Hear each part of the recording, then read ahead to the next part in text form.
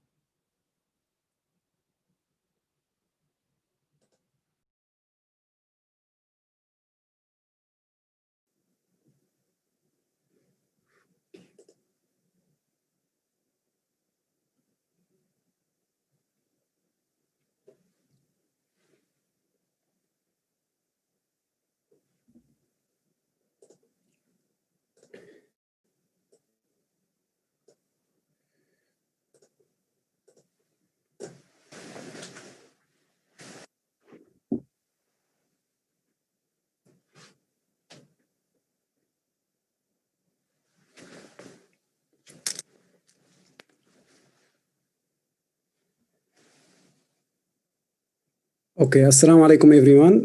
Thank you very much for joining us to this workshop. Today's schedule is, of course, this workshop is organized by Ritz-Meccan University, by Asia Anjaman Research Institute in Ritz-Meccan University. And I want to thank, first of all, Ritz-Meccan University, represented by Professor Kosogi, the director of our institute, for this opportunity. And I want to thank our speakers to accept the invitations and participate with us in this workshop. I hope that we will learn from them and we'll have a fruitful discussion, inshallah. Before we move to our first speaker, Professor Munzer, we will have an opening remarks from the director, Professor Yasushi Kosugi, and then we will continue with our schedule. So, Professor Kosugi, please.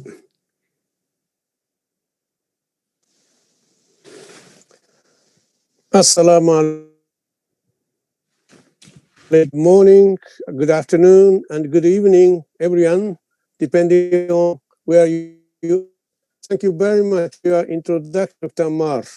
I am Yasushi Kosugi, Director of Asia Japan Research Institute at Ritz-Meccan University. I welcome you all from my heart. It is always a great pleasure to meet in such an academic gathering with those working on the responsibility of pursuing knowledge for the betterment of the global society. It is especially in this time of widespread disease under the COVID-19 pandemic we are in today. For the speakers of the workshop this day and the next Saturday, I'm very grateful to you for your kind participation. Some of you I know and some for the first time. To Professor Monzerkah, welcome. I'm very happy to see you again. We met for the first time a decade ago in Durham, England, when Professor Mehmet Aste invited us for a conference on Islamic economics. I remember a wonderful personal conversation I had with this great scholar. Professor Monzer, we are extremely delighted to have you with us today. Thank you. Thank you. Welcome back to Professor Raditya Sakmana, Professor Rahmatina Aulia Kasri, and Professor Dian Masita. We became friends through our common engagement in various meetings. Earlier, we are able to meet physically in Kyoto. Though it is online, your coming back today warms our heart. And of course, welcome back to Dr. Muhammad Hakimi Muhammad Shafi, our great friend and able coordinator. Thanks to his coordination, we have been having a lot of beneficial meetings. As I learned that he has been Deputy Dean in his faculty since the beginning of last month, and I'm afraid that he must be even busier than before. And a warm welcome to those speakers who we are going to listen to for the first time today and a week from now. Dr. Salman Ahmad Shaikh from Pakistan, Dr. Muhammad Anas Samiri from Turkey, and Dr. Muhammad Hasbi Zainal from Indonesia. I'm looking forward very much to getting acquainted with you and learning from you. Let me give a brief introduction to our institute and explain why we are engaged in Islamic economic studies here in Japan. Japan is a country far away from the Islamic world. The Muslim population in this country is around just a quarter of 1%, very insignificant.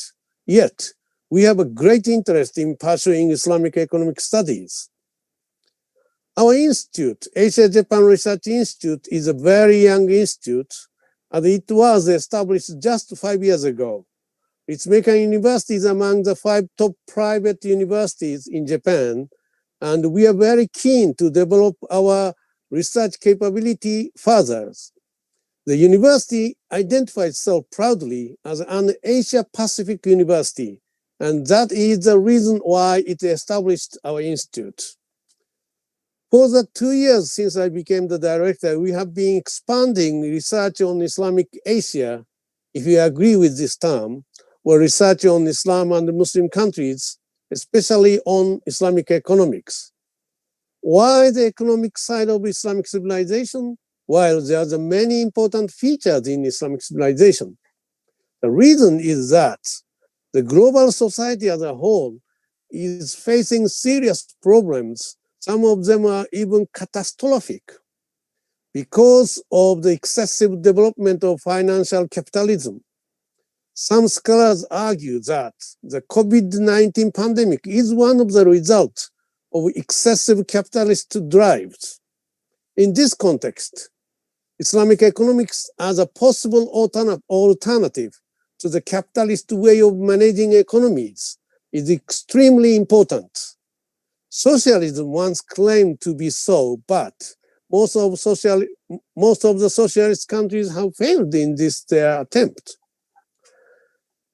I believe that even within Islamic civilizational revival, Islamic economics has more potential and has been more successful in bringing novel ideas and alternatives to the Western-based modern civilization. For this reason, I'm really looking forward to listening to your presentation today and next week, as well as the accompanying discussions. I hope to share in the fruitful achievement of this workshop with you all. Thank you very much. Thank you very much, Professor Kosugi. Of course, Professor Kosugi is the early professors who established and started the Islamic economics research in Japan, previously in Kyoto University, before Ritsumeikan University. So, and of course, he is a very prolific and intensive writers and researchers in the Islamic studies and Middle Eastern studies in general. Thank you very much, Professor Kosugi. And thank you very much. Now we are going to move to our first speaker, Professor Munzer Qahaf. Professor Munzer Qahaf, of course, very well known and needs no introduction. But I'll try my best to give some points about Professor Munzer. Of course, Professor Munzer is a researcher, a scholar, writer, and instructor, and into many areas of the Islamic, in the Islamic economics, Islamic banking, and finance, and especially on the field of Zakat and Waqf. He has published too many books, more than 28 books and booklets in English and Arabic on Islamic banking and finance, Islamic economics, Zakat, Awqaf, including some and some of these books became standard references for the researchers in the field. And he has more than 100 articles in both Arabic and English. He taught in many universities. Now he is a professor in the University of in Sabah Zaim University, and we are honored to have him with us today. So without any further ado, please, Munzer, the mic is yours. Well, Bismillahirrahmanirrahim.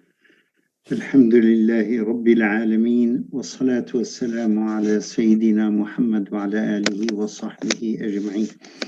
In the name of God, most merciful, most gracious, thanks is always to God and praise is always to Him. I begin with the peace and prayer on His messenger, the last one, Muhammad, and all other messengers. They are all equal in the Islamic faith. I want to focus on 4 points in this discussion. One, the role of Islamic finance in regard to the social aspect of finance or of the economy in general. And two, the principle of cooperation and how it is entrenched in the Islamic economics and in the Islamic economic system, with an outcome of it, which is the Islamic form or Islamic form of insurance. The third one is the principle of caring about others, the principle of mercy, which is or are, if you want to say, are also entrenched and functionalized in the Islamic economic system. Through definitely what I am going to discuss also, that is through the Zakat, the payments for charity, sadaqat, and the Waqf, which may be translated as endowments or trusts. So these are the points I am going to discuss, and I will begin with the first one, which is the Islamic finance. Islamic finance for profit is itself based and founded on the social aspect and social consideration of the Islamic economic system. So it is not alien from that, although it is action for profit. It is definitely founded and based on the principle of realism, that we deal with things as they are on the ground. We do not deal with only with anything, we do not deal with anything that is only imaginary or fake or virtual or anything like that. We deal with things that are as they are in their reality on the ground. This also means that we consider all things that do not harm individuals, society, or environment.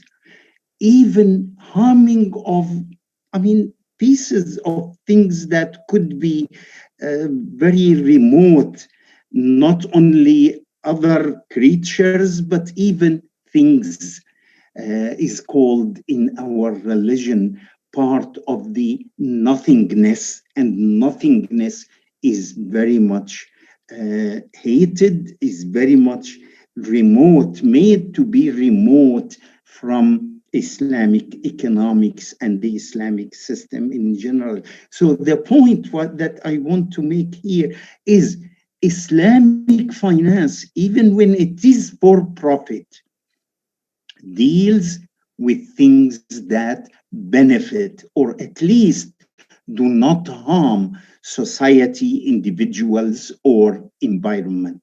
So when we restrict the concept of financing as derived from the concept of property, because Islamic finance is definitely asset-based, and when not asset-based in the meaning of Moody or other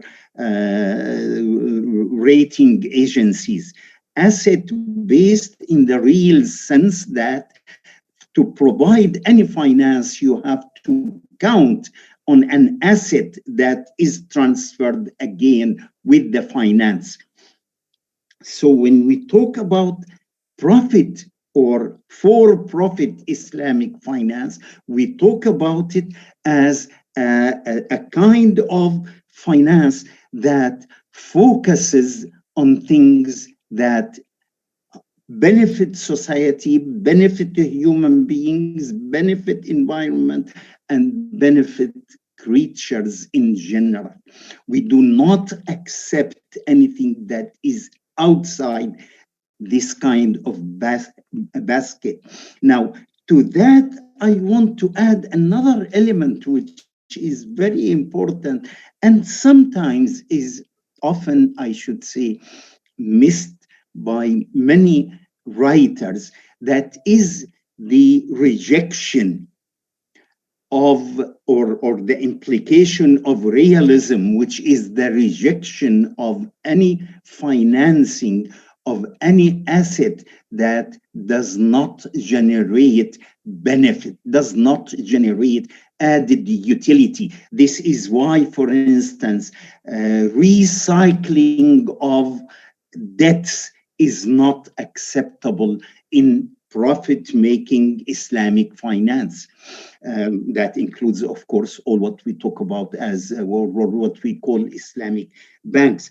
By exactly the same token, we reject financing any virtual assets, like, for instance, options and futures.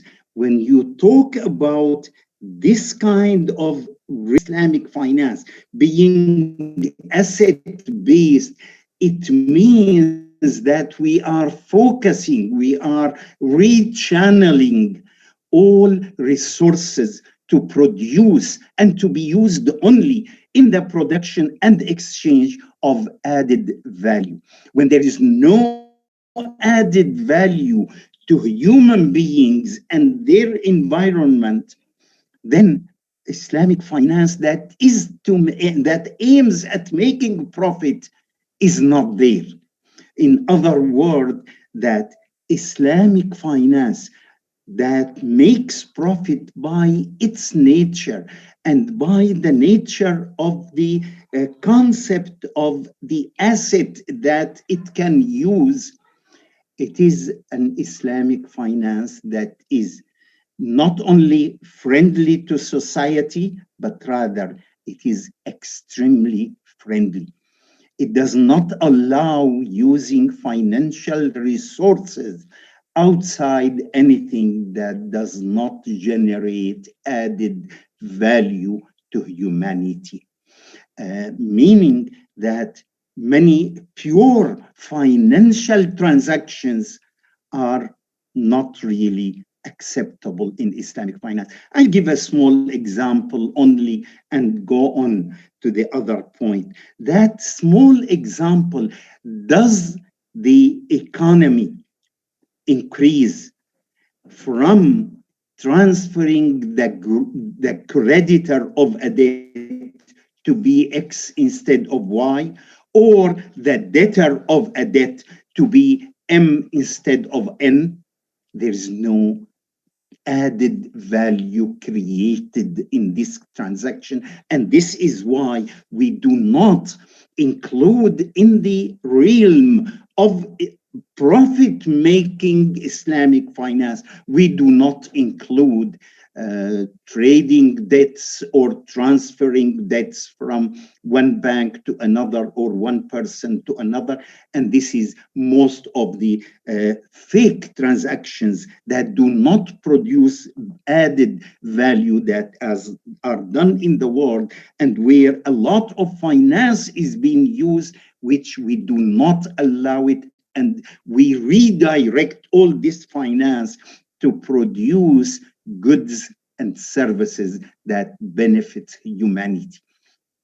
In other words, the nature of Islamic finance is definitely making it society friendly and very much important to increasing welfare of human beings.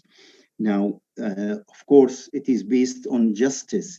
When we say that you earn by asset, you don't earn by fake transactions. One of the, for instance, or similar to gambling, the pure speculation. So when we deal with these, then we are talking about Islamic taking care of the ethical values of benefiting society, benefiting others all the time, value creating. Without added value creation and the charge that you take on transferring a debt from one person to another, this is a fake value added. It's not an added value, although our current statistics calculate it as part of the GDP. It is not, as a matter of fact, because it's not a true added value anyway. So the point, Islamic for-profit finance is itself the main block of the Islamic social finance all over in that consideration. The second point is the principle of cooperation. The principle of cooperation is well established in the Quran. There is no need for quoting any specific, although there are specific verses in the Quran and in the Sunnah that talk about it. But out of it, we got the concept of Islamic insurance. The OIC Fiqh Academy, OIC is the Organization of Islamic Cooperation, decided to use the term Islamic insurance rather than the term Takaful because of more than one reason. One of them is that the term Takaful is a bit general. Islamic insurance is specific, but Islamic insurance is founded on cooperation, not on sale of risk. And now here again, the elimination of sale of risk. This is a thing that really socially friendly also principle. Because, I mean, how can you sell risk? And risk is unsellable. Risk is something that always relates to an asset or to action. How can you sell it? Separating it from action or asset becomes really a kind of different kind of mentality, similar to the mentality that separate profit from production. So you want to make a profit without producing, and that is an odd concept for Islamic finance. So the principle of cooperation is very important in Islamic insurance, because the idea here that instead of sale of risk, we create an institution, which is not new, as a matter of fact, because it does exist in the capitalist society among those small number of wise, I should say, sorry, wise persons who look for the idea really on cooperative basis. The same principle is adopted in Islam. But the difference here is that we do not accept the sale of risk. And we say the only alternative, the only way to face risk that we may face and that increased in the contemporary society and contemporary mechanical, I should say, society where we use many mechanical things, that the risk should be faced through a principle of cooperation, not through a principle of sale of risk. Cooperation is to put resources together and then face this risk that anyone of us may be exposed to. We compensate the person to whom a peril may happen to happen. So the older form of this kind of insurance was really the Waqf. That idea was undertaken in full sense by the Waqf on one hand, and on the personal level by the Zakah. But essentially, there were awqaf that were done. Part of their objectives was to help those people who are exposed to any disaster or to any peril instead of destroying their lives. So a modern form of it is the Takaful. The concept of Takaful is to put resources together, especially from those who have similar, who are exposed to similar perils. We put resources together and compensate those who are actually exposed to any of those personal or economic disasters.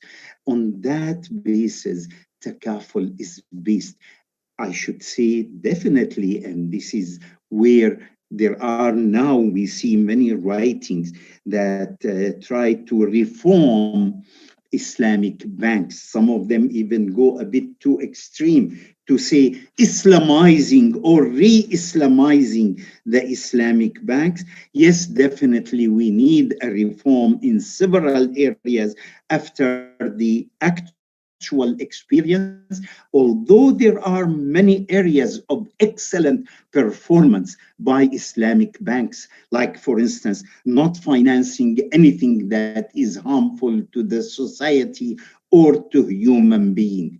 That is one of the prides of Islamic banks today.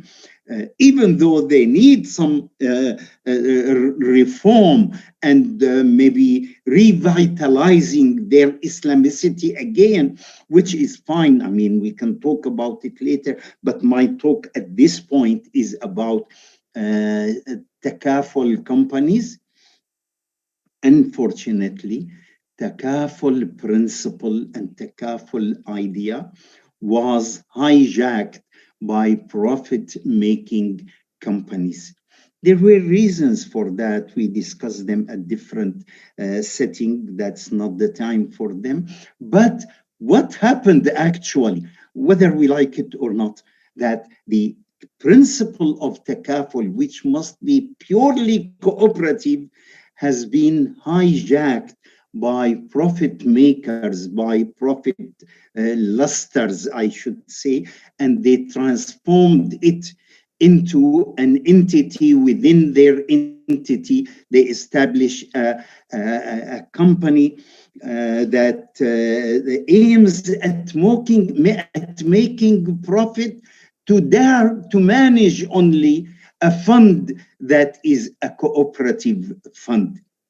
I remember when the first company of that kind was established, it was the Jordan Takaful company in Jordan, in Amman, Jordan. I happened to have met shortly after that. In fact, during the process of establishing that company, I happened to have met its founder, its CEO that became CEO later.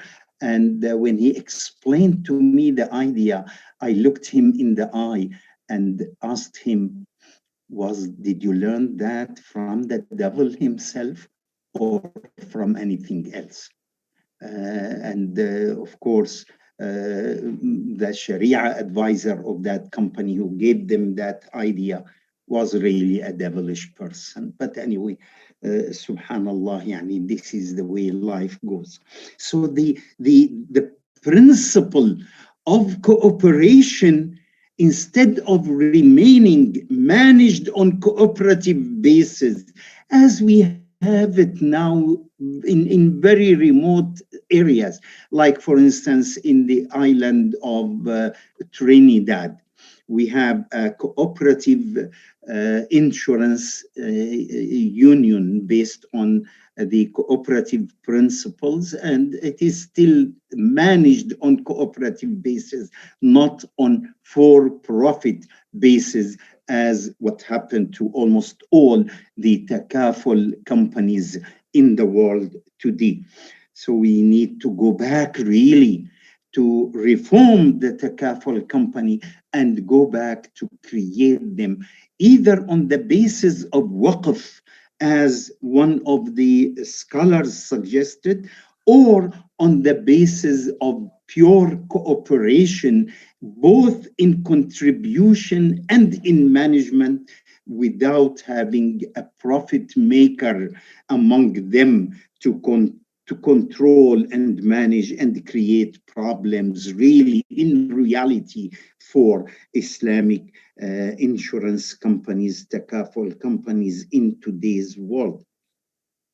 The third point of my discussion today is the point that is in Islamic system, in the Islamic economic system, we don't believe in the invisible hand. I remember many years ago, about 40 years ago, in a discussion in the University of Lafayette University in Indiana. I remember in a discussion with Dr. Abraham Yudovich at that time. I told him, well, the invisible hand has been already broken. It does not really working for your own interest, does not assure the interest of the society, nor the interest of those minority who may be neglected in that society. And that is represented in the verse in the Surah number 30.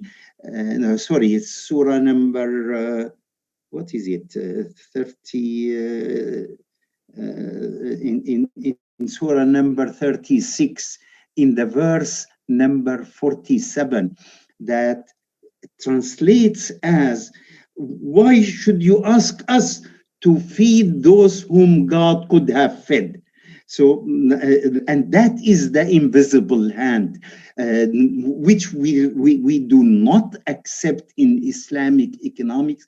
Yes, we need you to feed those whom God could have fed if he so wishes, but God wants their feeding to be through you. So you express a concept of caring about others, you develop and nourish the concept of mercy and rahmah and caring about others in your heart, because that benefits you yourself, not only benefit financially or economically or materially the poor whom you are helping. In fact, it may benefit you or equally or maybe more. And this is why, for instance, the other verse in Surah number 9 talks about the zakah as a purifying Who said some of the translations, English translations of the Quran, translate that as, oh, on the day of judgment? No, it is in this life. It purifies the heart of the payer. It makes him caring about others. It gives him that pleasure and that high, as a matter of fact, pleasure that when you give, you knew that you really are helping. You are activating the concept of mercy and the concept of caring in your heart. And once it is activated, that takes care of you first of any other thing, and that helps you more than anybody else. Yes, you are financially helping the other, but now here the Islamic concept of mercy and caring is extended, as a matter of fact, even to environment, even to all creatures, even to things, because the abath is rejected. The abath is the nothingness. Just like sitting on a bank of a river and throwing stones in the river. That's pure abath, which is not acceptable in our in the Islamic economic system and in our religion in general. So the principle of mercy and caring about others. As a matter of fact, the Islamic economic system is the only system in the world that institutionalizes this concept among religions and among economic systems. It is institutionalized with a minimum level that you cannot escape. If you don't do that minimum level, you are not Muslim. If a country that does not do this minimum level, it is not Muslim country. It is not Muslim majority. So you are required to do that minimum as a religious requirement, but also as a civic requirement, because the verse in number 103 in chapter 9 of the Quran addresses the Prophet Muhammad as a leader, as a head of the state, as a government, take out of their properties the zakah. Now, this zakah that is taken out of properties is actually a kind of unique levy. It has strong religious support, to the extent that if you don't do it, you are not Muslim. It defines who is and who is not Muslim. But more important, it is a civil thing that is collected from the rich. And it is here, the richness is in the meaning both of wealth and income, not only income alone. Most taxes, I mean, there are many research today in America that says the tax system that is focusing on income alone is a main reason for increasing the gap between the poor and the rich. The zakah is not on income only. It gives the example of the a duty that is actually considered right of the poor and needy, and that financial duty is not only on income, but also on wealth.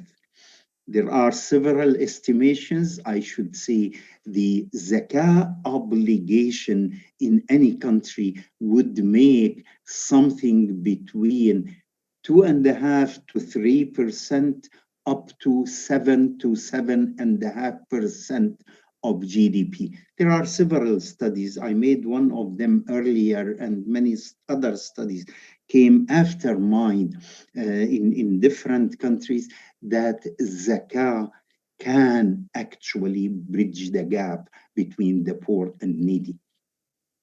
Notice that the zakah is a yearly obligation.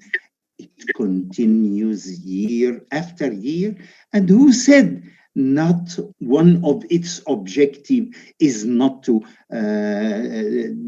freeze or avoidance of investment of your properties, because the Prophet also himself said you should invest properties in order to avoid their being depleted by the consecutive payments of zakah.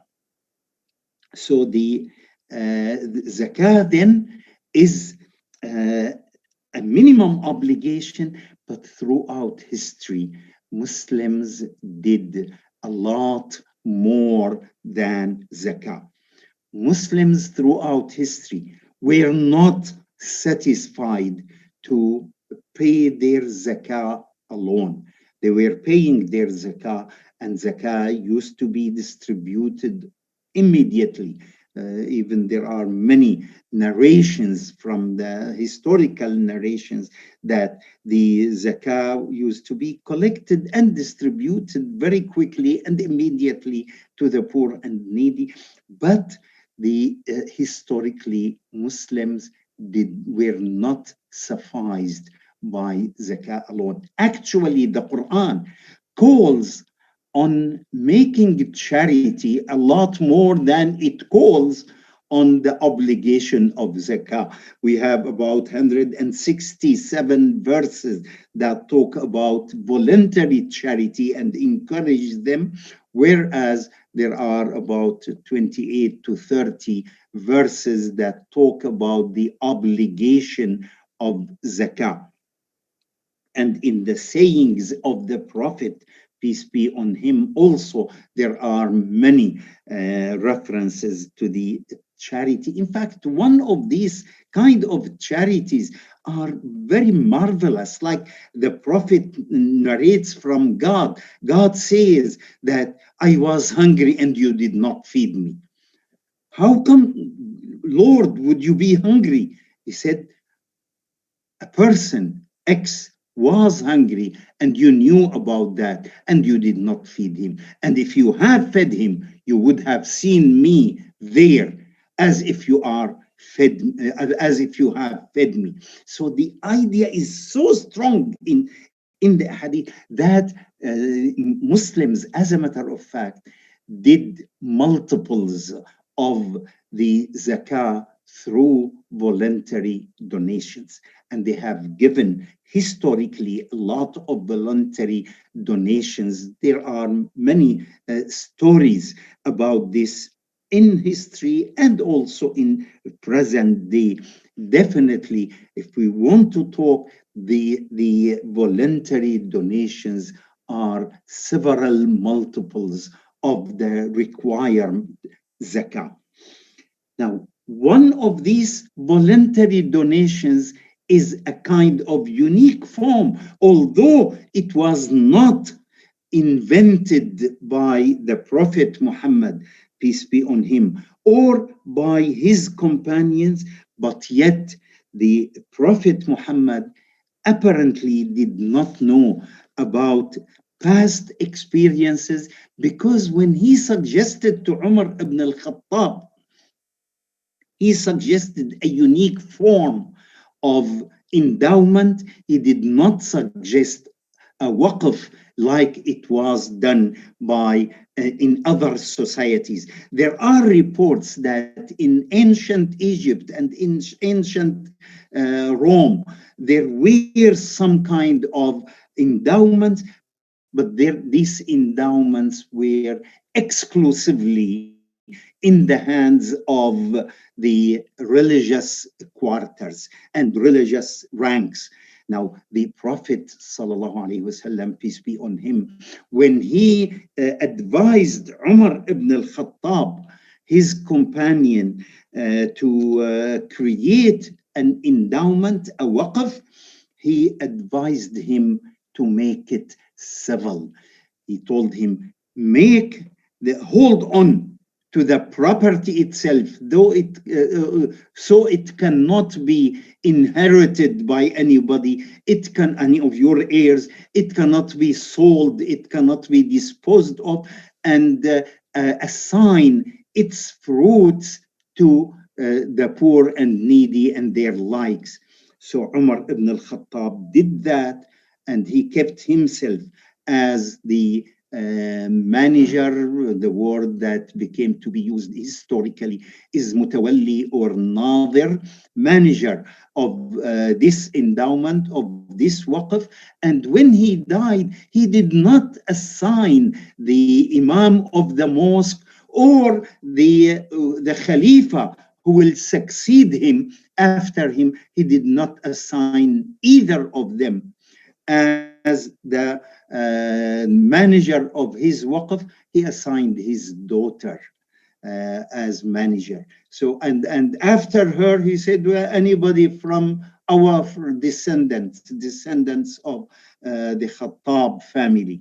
So it is a civil institution, not religious institution. This is what the Prophet, peace be on him, created in the form of awqaf. And then it was carried by Muslims throughout history until the 1800, when the government started controlling it, unfortunately.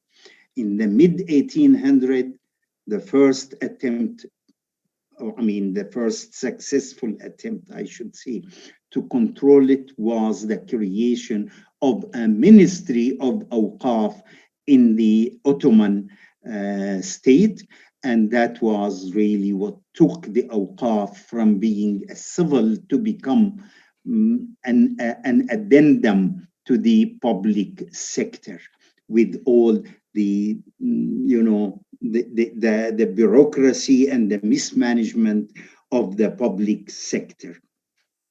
Now, the awqaf idea was not that way. The awqaf idea was a civil organization that is run on the basis of efficiency and given to the poor and needy. Of course, we can distinguish between two kinds of awqaf. A house that is made, for instance, for unwanted homely cats.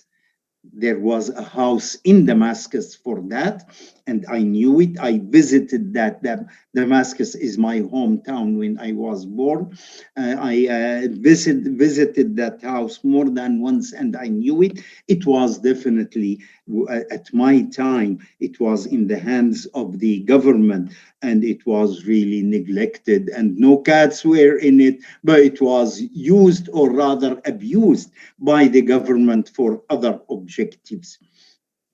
This house of the cats was with it also part of the endowment of the waqf that was done, was an orchard where the fruits of that orchard are to be sold, and food for these cats would be bought and put for them in that cat house.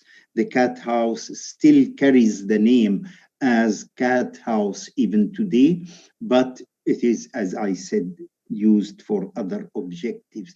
So the awqaf in the Islamic concept were expanded to create many kinds, many forms, many objectives. One of the forms that were created by our ancestors is what we call today trust for the family. Trust for the family. And in fact, it was taken in the UK on the example of the Maliki school in Morocco in the 17th century. So the waqf, the trust for the family, is to benefit your descendants and one generation after the other. And that could be a very useful and helpful thing for creating assets to be used by different generations in the future. Of course, the Muslims throughout history expanded not only by adding another kind, the family trust, the family awqaf, they have expanded the objectives of awqaf to areas that sometimes are unthinkable. There are many areas, huge areas of awqaf based on the mercy of birds. There is a waqf for the birds in Umayyad Mosque in Damascus. There is another waqf, an orchard to produce grain and put the grain for the birds. Another waqf also in Mecca and in Algeria and in other countries to give grain to the birds in the Grand Mosque in Mecca and also in the Mosque of the Prophet, peace be on him, in Medina. There is an interesting waqf that is to boost the spirit of a terminal patient in a hospital. You hire two persons to stand near his the head of his bed and chat together, making themselves as if they are not talking to the patient, to themselves only, that this patient is going to be well, he is improving, he is responding to medicines, he is going to go out of the hospital quickly, out of the hospital to where they don't mention. It is to the graveyard actually, but simply to improve his spirit during this period. They talk about that. And these are hired persons to do that, waqf for that objective. There is waqf for wild animals in the mountain, to give them food in winter around Istanbul, where so that the wild animals will not come down from the mountains to attack villages. So there were awqaf of all kinds. And of course, the cash waqf is one of these awqaf which are marvelous, and they have been used in the Muslim Spain at the period of Andalusia. They have been used there to help businesses, give loans to small businesses without any increment. And they were also existing during the Ottoman state. Our Turkish scholars don't like the use of the word Ottoman Empire. Ottoman Empire is a word that is used by Westerners, but the Turkish writers prefer the word Ottoman state. During Ottoman state, the cash waqf was used, as a matter of fact, to provide financing for small businesses and also to compensate for disasters when disasters happened, like the big fire that took over many shops, several hundred shops in Istanbul, and so on. So the cash waqf was again one of the inventions of the Muslims. Later Muslims, earlier Muslims invented the family trust, the family waqf, and later Muslims invented the cash waqf, and they have used it to give interest-free loans to help small businesses when they need, or to support relief from disasters for these micro and small businesses in the Muslim land. So the principle then of mercy and caring about others is expressed in three legs. Minimum, which is required, obligatory part of the system, that is the zakah, which is estimated around between 2.5 to 7.5 of GDP, which is not a small amount. And the second thing is the general charity, which is not less important in its amount than the zakah, and then the awqaf, which is a form of permanent kind of charity, where you distribute only the fruits of it or the benefit of it, while you keep the asset for generations to come and benefit from. With this, I rest my case this morning, and I thank you very much. and thank everybody, university, and Dr. Kasuji, and Dr. Ammar Khashand, and everybody among you. And of course, I thank all the listeners who joined us, my colleagues, speakers, and other colleagues also who are with us. Walhamdulillahi Rabbil Alameen, and praise be to God, the Lord of the worlds. Thank you very much, Dr. Professor Munzer. Thank you very much for the interesting and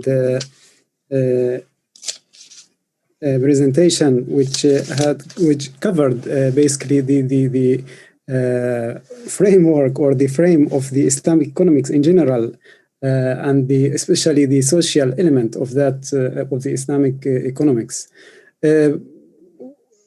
First, we will start from our panelists. If our panelists, if anyone has any question or comment, please feel free. Just unmute yourself and please speak. And after we finish from our panelists, we can move to the questions in the Q&A sessions. For our attendees, please, if you have any question, state your question in the Q&A section, and I will try my best to summarize them and state the important one and ask our speakers.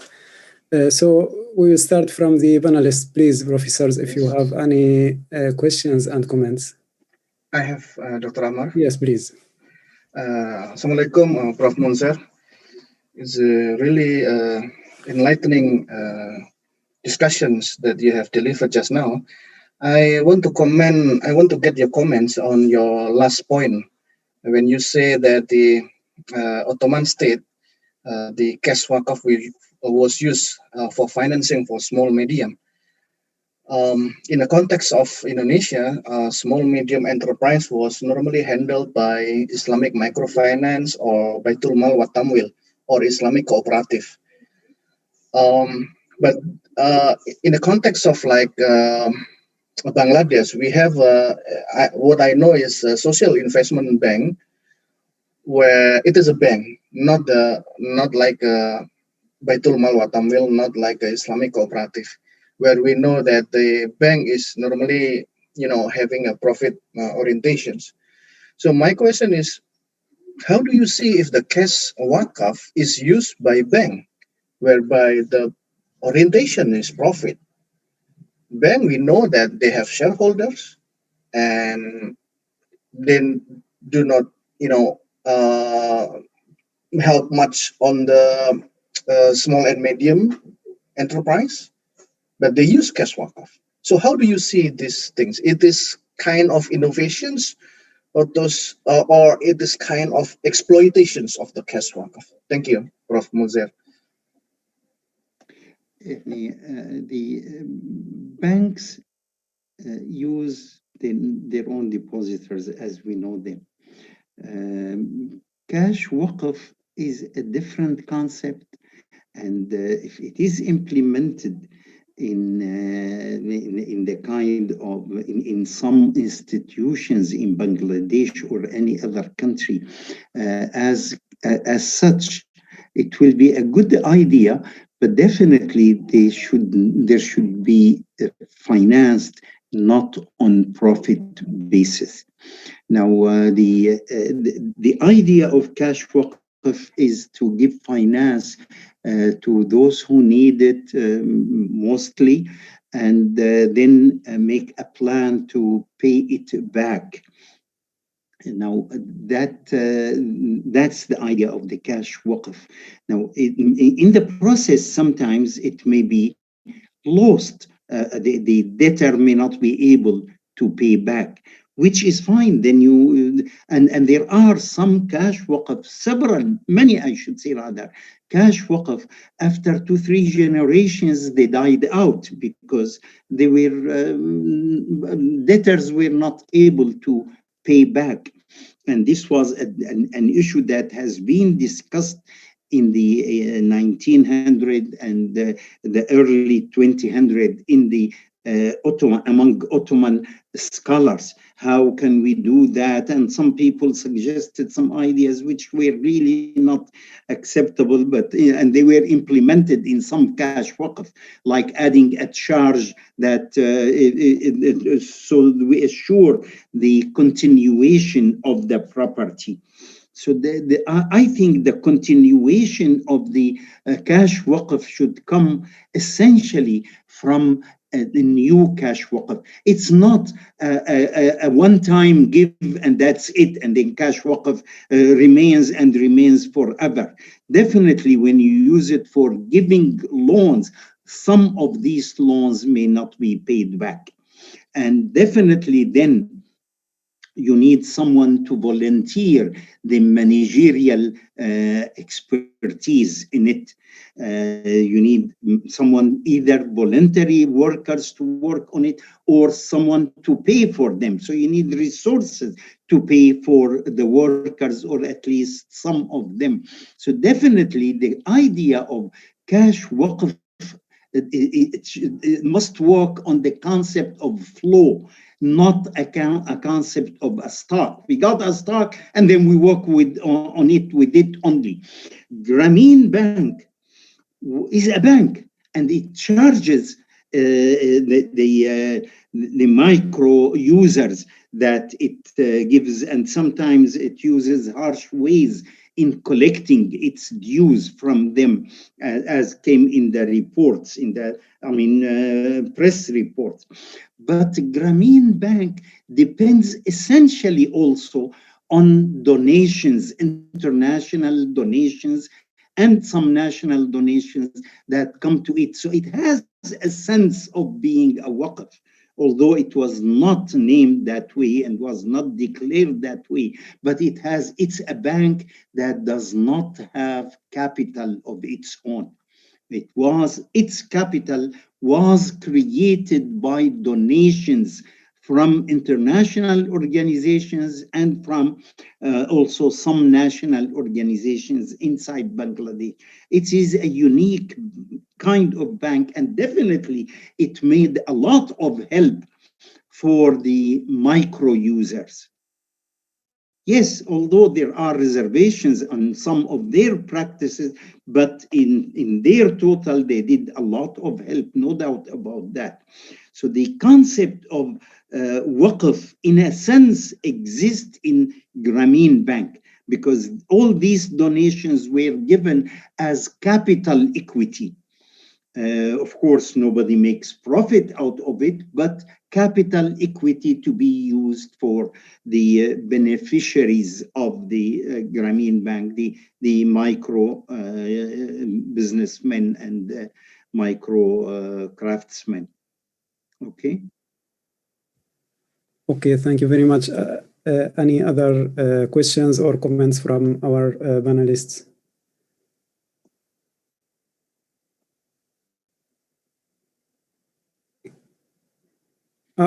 Professor Kosugi is muted.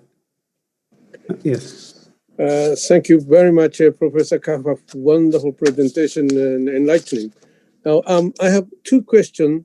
One is more technical, and the other is a more fundamental issue. The first question is, yeah, I completely agree with your second point that Islamic economics reject what doesn't produce profit. Now, fake value adding is very, very interesting wording. Now, I have a strong feeling that what happens today in stock markets are basically fake value adding. And even that in today that they use computer to have a transaction in microsecond terms, but they don't settle it until the end of the day. So that's from Islamic point of view, not really permissible, is not? That's first question. And second question is, now the social aspect and social responsibility of Islamic economics, you argued, enlightened us greatly. Now, can Islamic economics, I think there's a problem when we are talking about Islamic economics as an alternative to capitalist system. That is that the capitalist system because it doesn't bother morality, has a stronger power to in purely economic terms. So how can Islamic economics compete and become an alternative to this rotten system? Thank you very much. Can you please repeat the second one? I mean, in different second words, I question didn't is get that it. Islamic economics has very strong morality. Now, capitalism doesn't have that morality.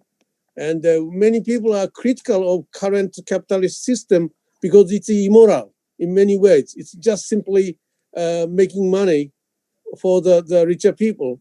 But because it doesn't have much strong morality, it's economically stronger. So how can Islamic economics with morality compete with capitalism? Thank you. Well, the first point, yes, definitely, I agree with you fully, Doctor, that what is being practiced today of speculation-based profiteering in the stock market, in the currency exchanges, in the currency forums, in the future markets, all these definitely are crossed out completely, I should say, in the Islamic setting. So in Islamic setting, definitely we need to do something about the stock market, especially because others are simply removed completely.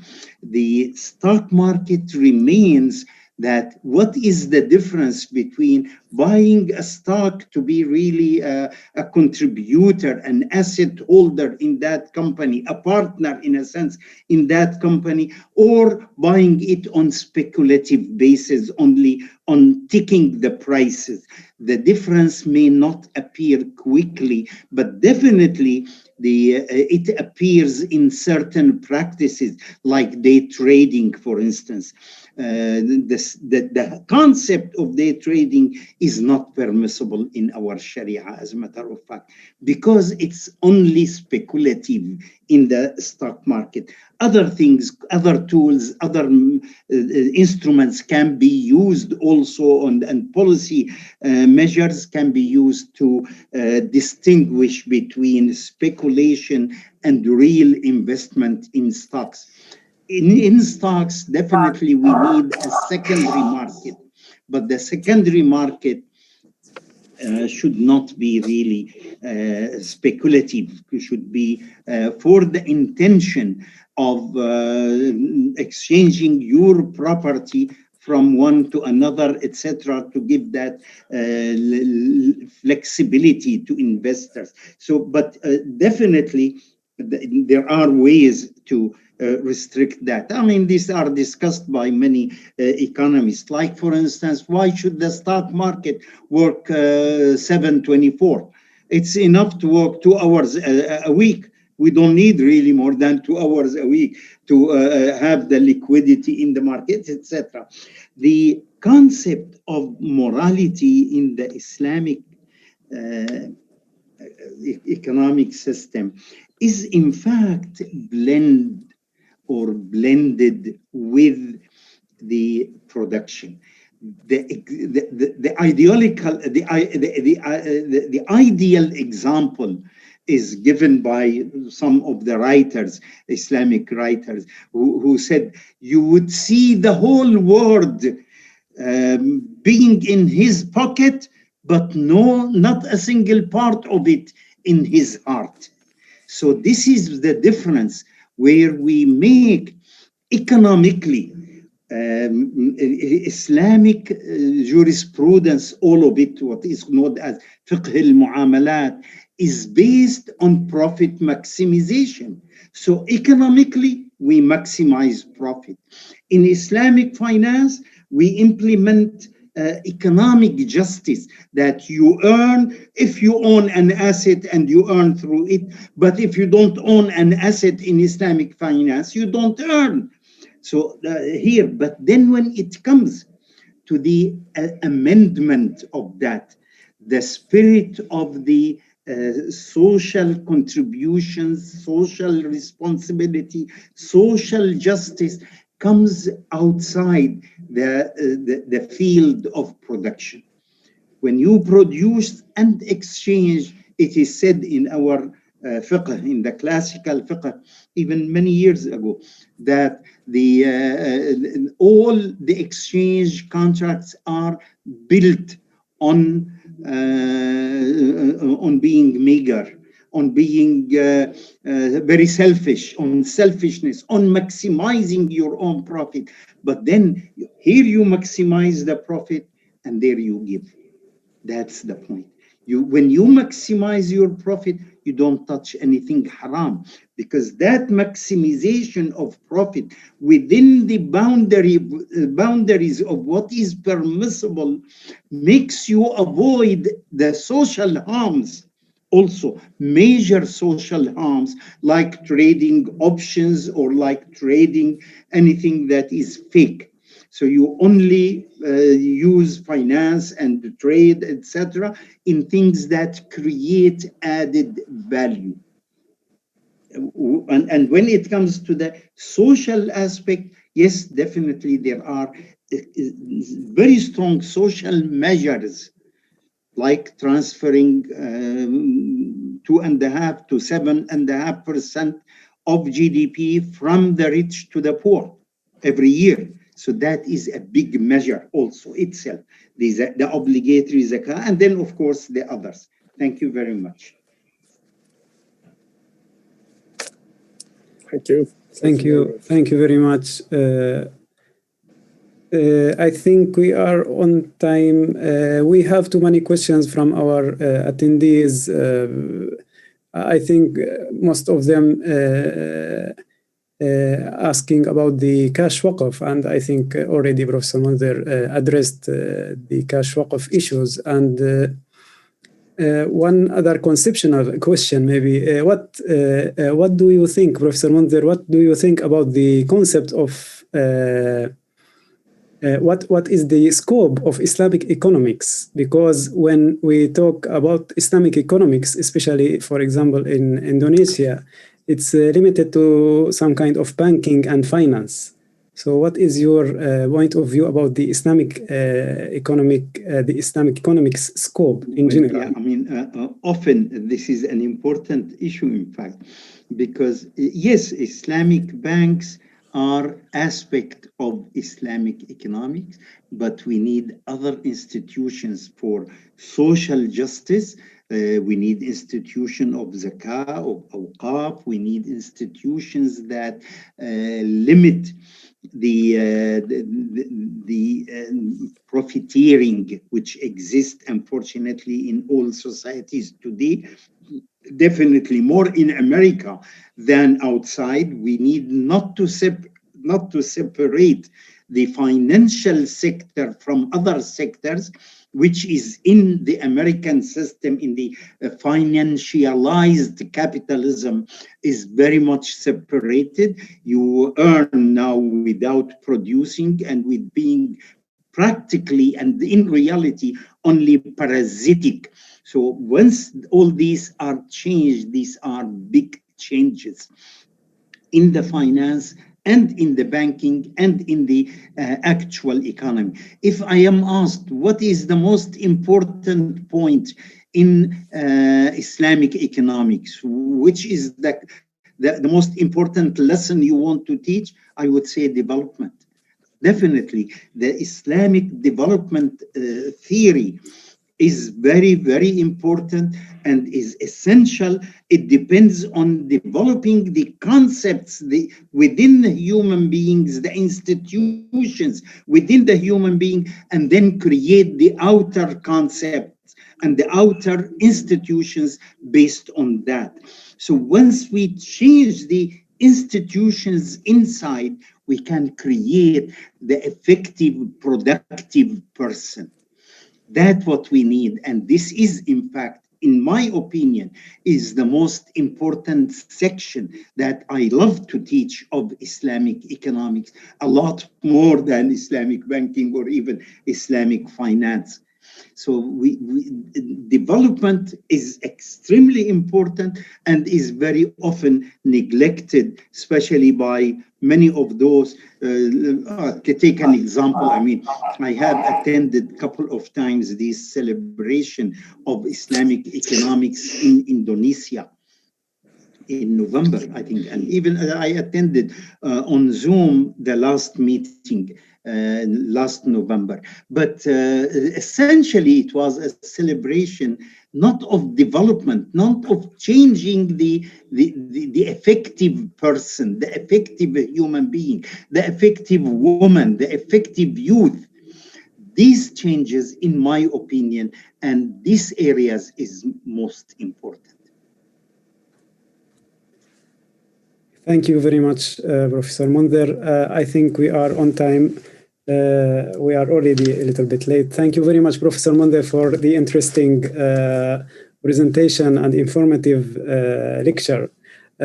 We will take now 10 minutes as a break. Then we will be back 10 minutes according to your timing.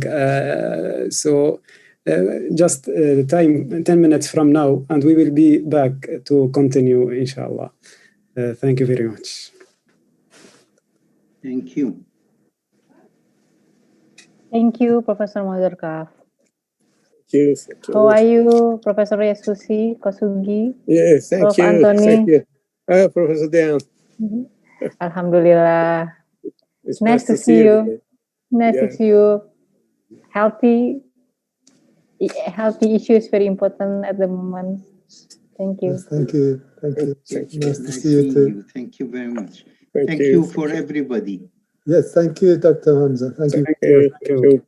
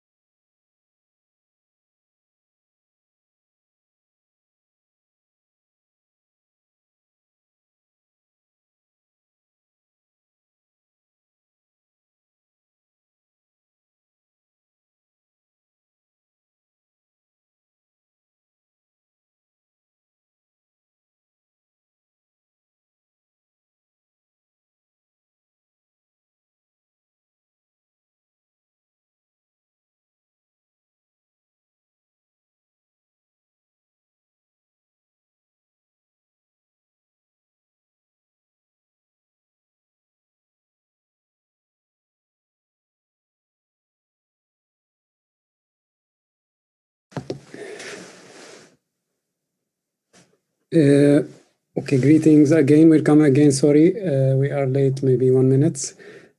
So we are going to continue our workshop today. Our next speaker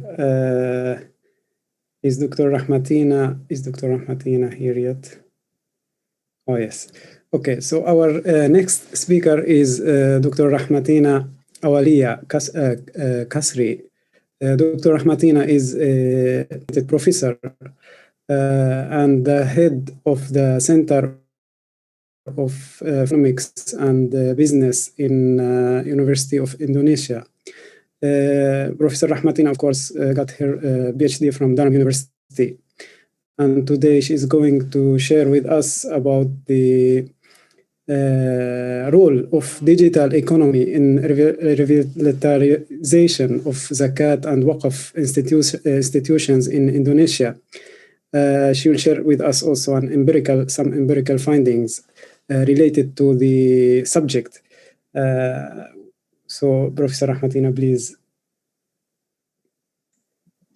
Thank you very much, Dr. Amar. Can you hear me? Yes. Okay. Yeah, before I start my presentation,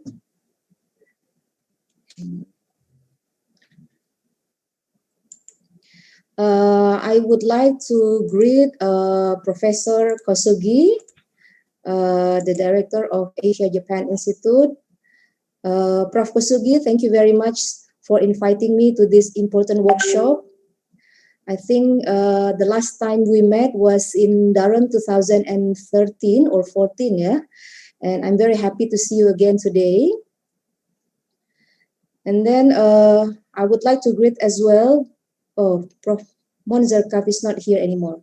Okay, Professor Monzer Kaf, still one of the greatest Islamic economics in contemporary Muslim societies, if I can say. And then Honorable Professor Anthony Brewer. How are you, Prof? Assalamu alaikum. Welcome. Waalaikumsalam warahmatullahi wabarakatuh. Delighted that you're here. Thank you, Prof. I would also like to greet Dr. Ammar Khashan, Professor Raditya Sukmana, Prof. Dian Mashita, Dr. Muhammad Hakimi Muhammad Shafi'i, Dr. Muhammad Anas, Dr. Salman Ahmed Sheikh, and of course, distinguished ladies and gentlemen. Assalamualaikum warahmatullahi wabarakatuh. Waalaikum salam. Very good afternoon to all of us. It is an honor for me to be here today to share with you one of my research regarding the role of digital economy in revitalization of Zakat and Waqf institution. In this international workshop on reassessing Zakat, Waqf, and Takaful, the revival of Islamic welfare institution in Asia. Now, if you allow me to share the screen. Oh, okay. Yeah.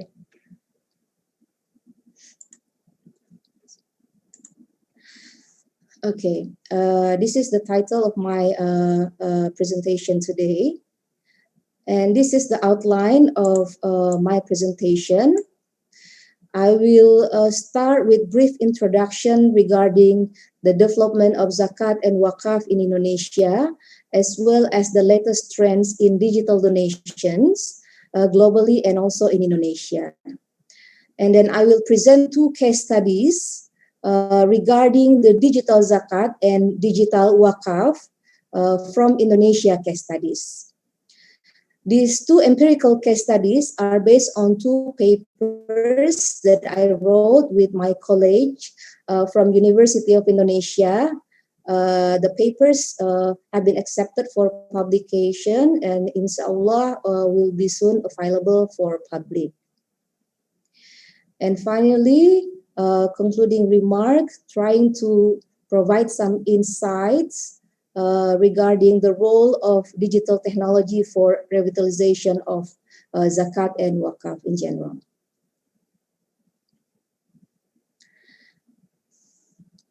Professor Monzarkaf has clearly explained to us before that the importance of Zakat and Waqf in Islam is undisputable. Zakat and Waqf institutions have played significant roles as Islamic welfare institution throughout Islamic history, from the time of the Prophet Muhammad SAW to the current time. Zakat, as most of you might be aware, is an Islamic institution aimed to create welfare and ensure social justice. Zakat is the share of wealth of the rich to be given to the poor and needy, and therefore it is aimed to create welfare and ensure that income are distributed equally and create social justice. Waqf is also considered as an important Islamic welfare institution, as the objectives of Waqf are directed towards the benefit of society as a whole, which often includes provision of religious services, socio-economic relief for the poor and needy, education, and environmental activities.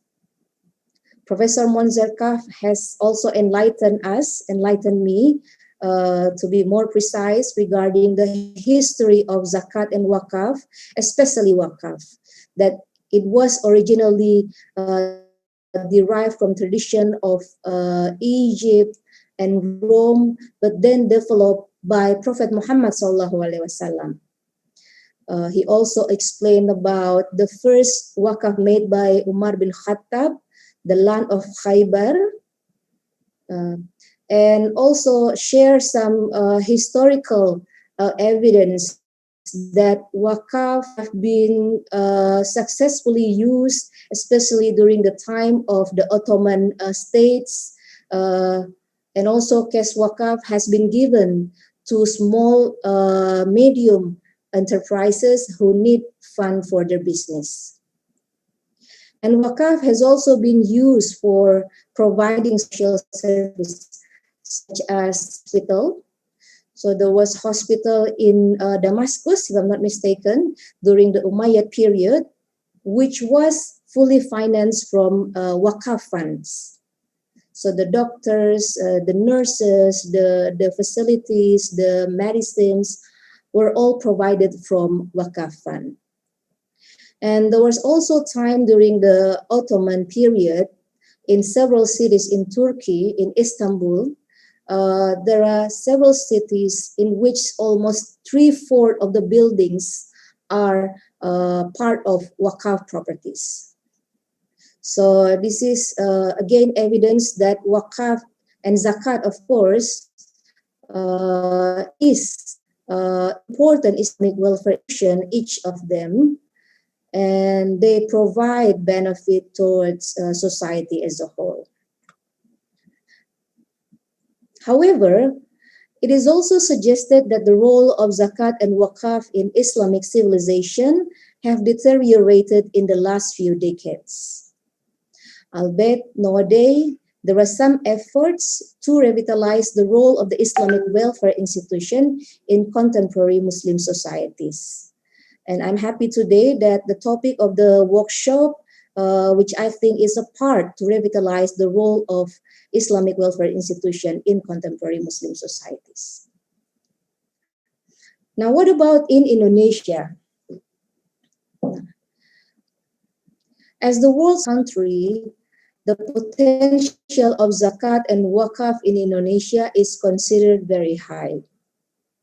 A study by the National Zakat Board, or Basnas, suggested that the potential of Zakat collection in Indonesia reaches 233.8 trillion rupiah IDR annually. So this is a very huge amount.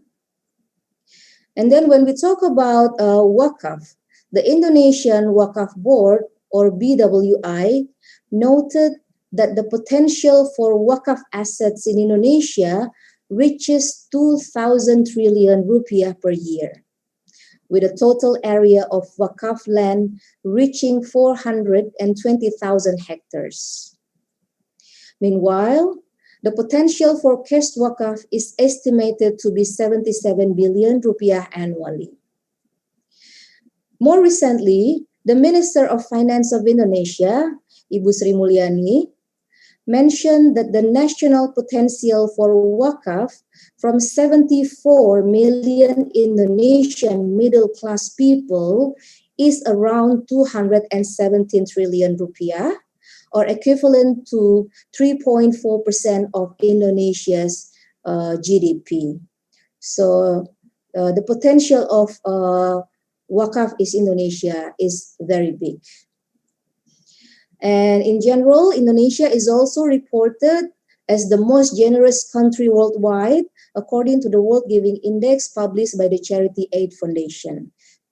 So these are the potential of Zakat, Waqf, and charity in general in Indonesia. However,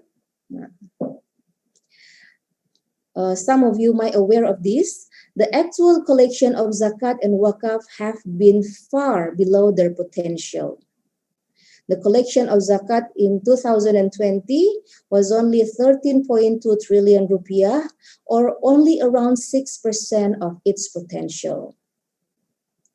Meanwhile, the collection of cash Waqf revenue was only around 225 million rupiah in trillion rupiah in 2019.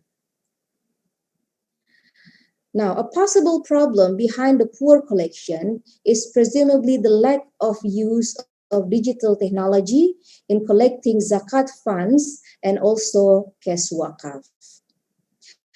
In this respect, some research have suggested that although some Zakat organizations have possessed a digital platform to enhance Zakat collection, most of them have not used the technology optimally. A recent study from Philanthropy Indonesia reported that only 6.74% of the Zakat collected actually raised through the digital platform. Despite that, there was an increase in Zakat funds collected through digital channel from 1% in 2016 to 12% in 2017. So there is a huge increase in the growth of digital Zakat payment. As for digital cash Waqf, few studies discuss about this, especially in terms of empirical studies, one of which is my paper with my college, which is published this year. And inshallah, I will share some of the research finding in this presentation. Now, if we look at globally, donation and digital technology, the growth of technology and social media has transformed the way people do charity, and also the way voluntary sector organizations fundraise and connect with their donors. According to Black Bow Charitable Giving Report, online giving grew 6.8% year over year, with an estimated 26% of online donations were made using mobile devices. The report also suggested that religious-based donations through online platforms also grew 8% in 2019. More recently, COVID-19 pandemic has also significantly influenced habit to donate through digital channel worldwide and in Indonesia. Report from GoPay Digital Donation Outlook 2020 reported that the average number of digital donations increased from 64,000 rupiah to 110,000 rupiah since COVID-19 pandemic. So it's almost double since the COVID-19 pandemic. It is also interesting that in terms of donation mechanism, more and more people only making digital donations. Before COVID-19, the figure was 32%, and it increased to 43% since COVID-19 pandemic. And if we look at the trends in digital donations in Indonesia, there are 5 trends that might be of our concern. First, the pandemic affects people's habits of donating. As I have mentioned earlier, an average increase in donation value was 72.72%, in which health and social causes are the main choices of donors. And social values are also the main reason donors make the donations. And the third one, it is also found that millennials generation, those who were born after 1980, are the one who donate the most. Meanwhile, Generation X donated at a higher value. It is reported that the millennials donate an average of 1.5 times per month. However, all age groups reported a nominal average increase in digital donation during the pandemic. And then it is also notable that digital donation is growing because of the convenience of technology. Around 47% of respondents choose to donate digitally to initiatives that provide digital payments. And even majority of the donors get the information through digital channel, that is the social media. However, it is also notable that education about digital donations still need to be improved, especially in outside big cities in Indonesia. Now, with this development, the development of Zakat and Waqf, the huge gap between the potential and the actual realization of Zakat and Waqf, the problem in digital donation, and the trend in global digital donation. The main objective of my presentation is to discuss empirical case studies regarding the role of digital technology in developing Zakat and Waqf institution in Indonesia. And hopefully it could provide some insight in order to revitalize Zakat and Waqf institutions. Now, next, the empirical case studies. Our empirical case studies are built upon the relationship between Islamic social finance, digital technology, and behavioral economics. The role of digital technology in influencing the behavioral intention to make online payments of Zakat and Waqf could be investigated using various frameworks, such as the theory of planned behavior, or TPB, and the unified theory of acceptance and use of technology, or the UTAU. The TPB is basically a popular psychology theory developed by Ajizen and Fishbane. It is commonly used to study the intentions in doing something, including in making donations. Meanwhile, the UTAUD is one of the latest technology acceptance model, which combines 8 pre-existing theories of technology acceptance and considered to be a useful theory for assessing the introduction of new technologies and understanding acceptance factors that can contribute to the use of a new system, including digital donations. In the theory of planned behavior, an individual's intentions are influenced by 3 factors, namely attitude, subjective norms, and perceived behavioral control. Attitude is related to the perceptions, personality, and motivations of a person, which influence their behavior. An individual's attitude towards a behavior is influenced by individuals' assumptions about the consequences, about the benefit of that particular behavior. Meanwhile, subjective norm refers to an individual's perception about the particular behavior, which is influenced by the judgment of significant others, including perhaps parents, spouses, teachers, and so on. Meanwhile, perceived behavioral control refers to an individual's perceived ease or difficulty of performing a particular behavior.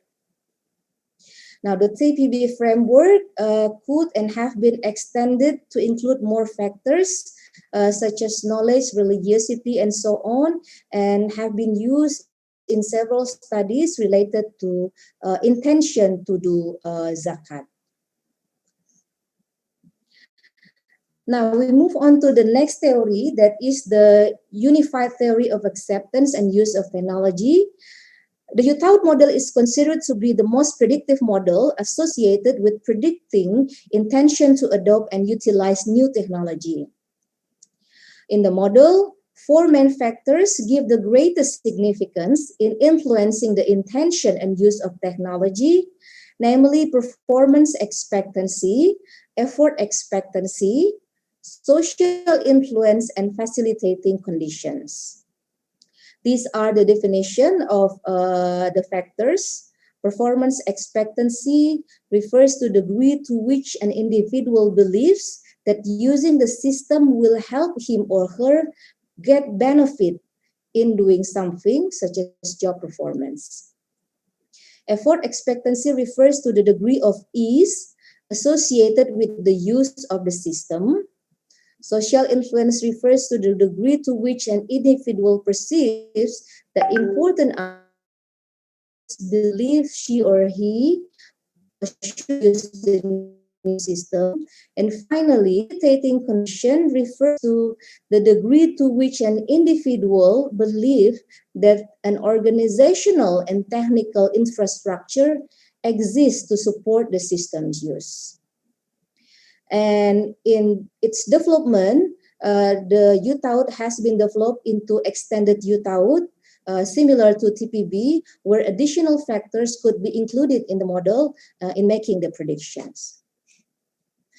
Now, we move on to the case study of digital zakat.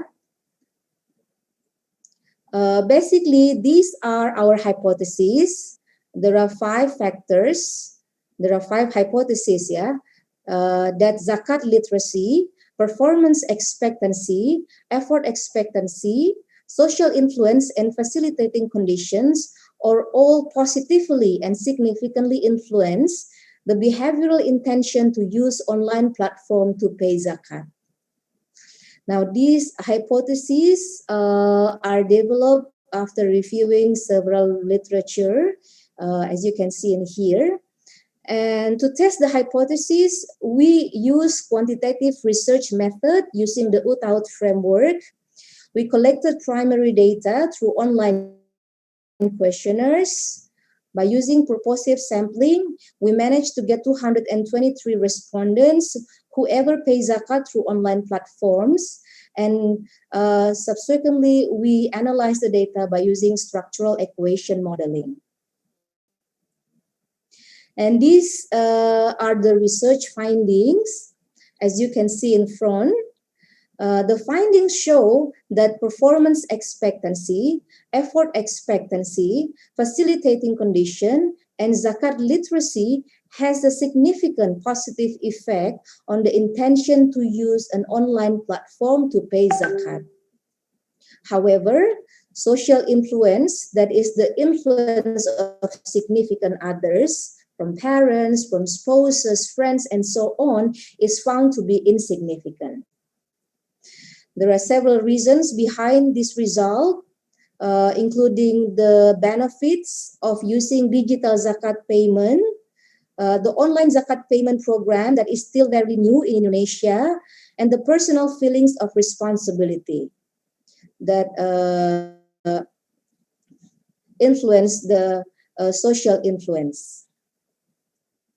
Now, from the empirical study, there are several recommendations that we made.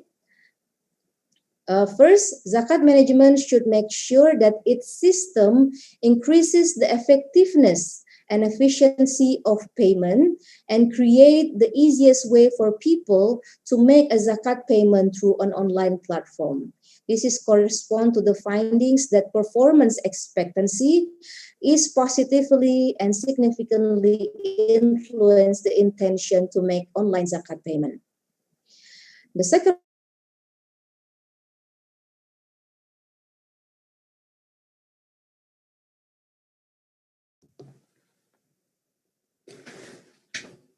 Dr. Rahmatina, can you hear us? I think we lost the connection with Dr. Rahmatina.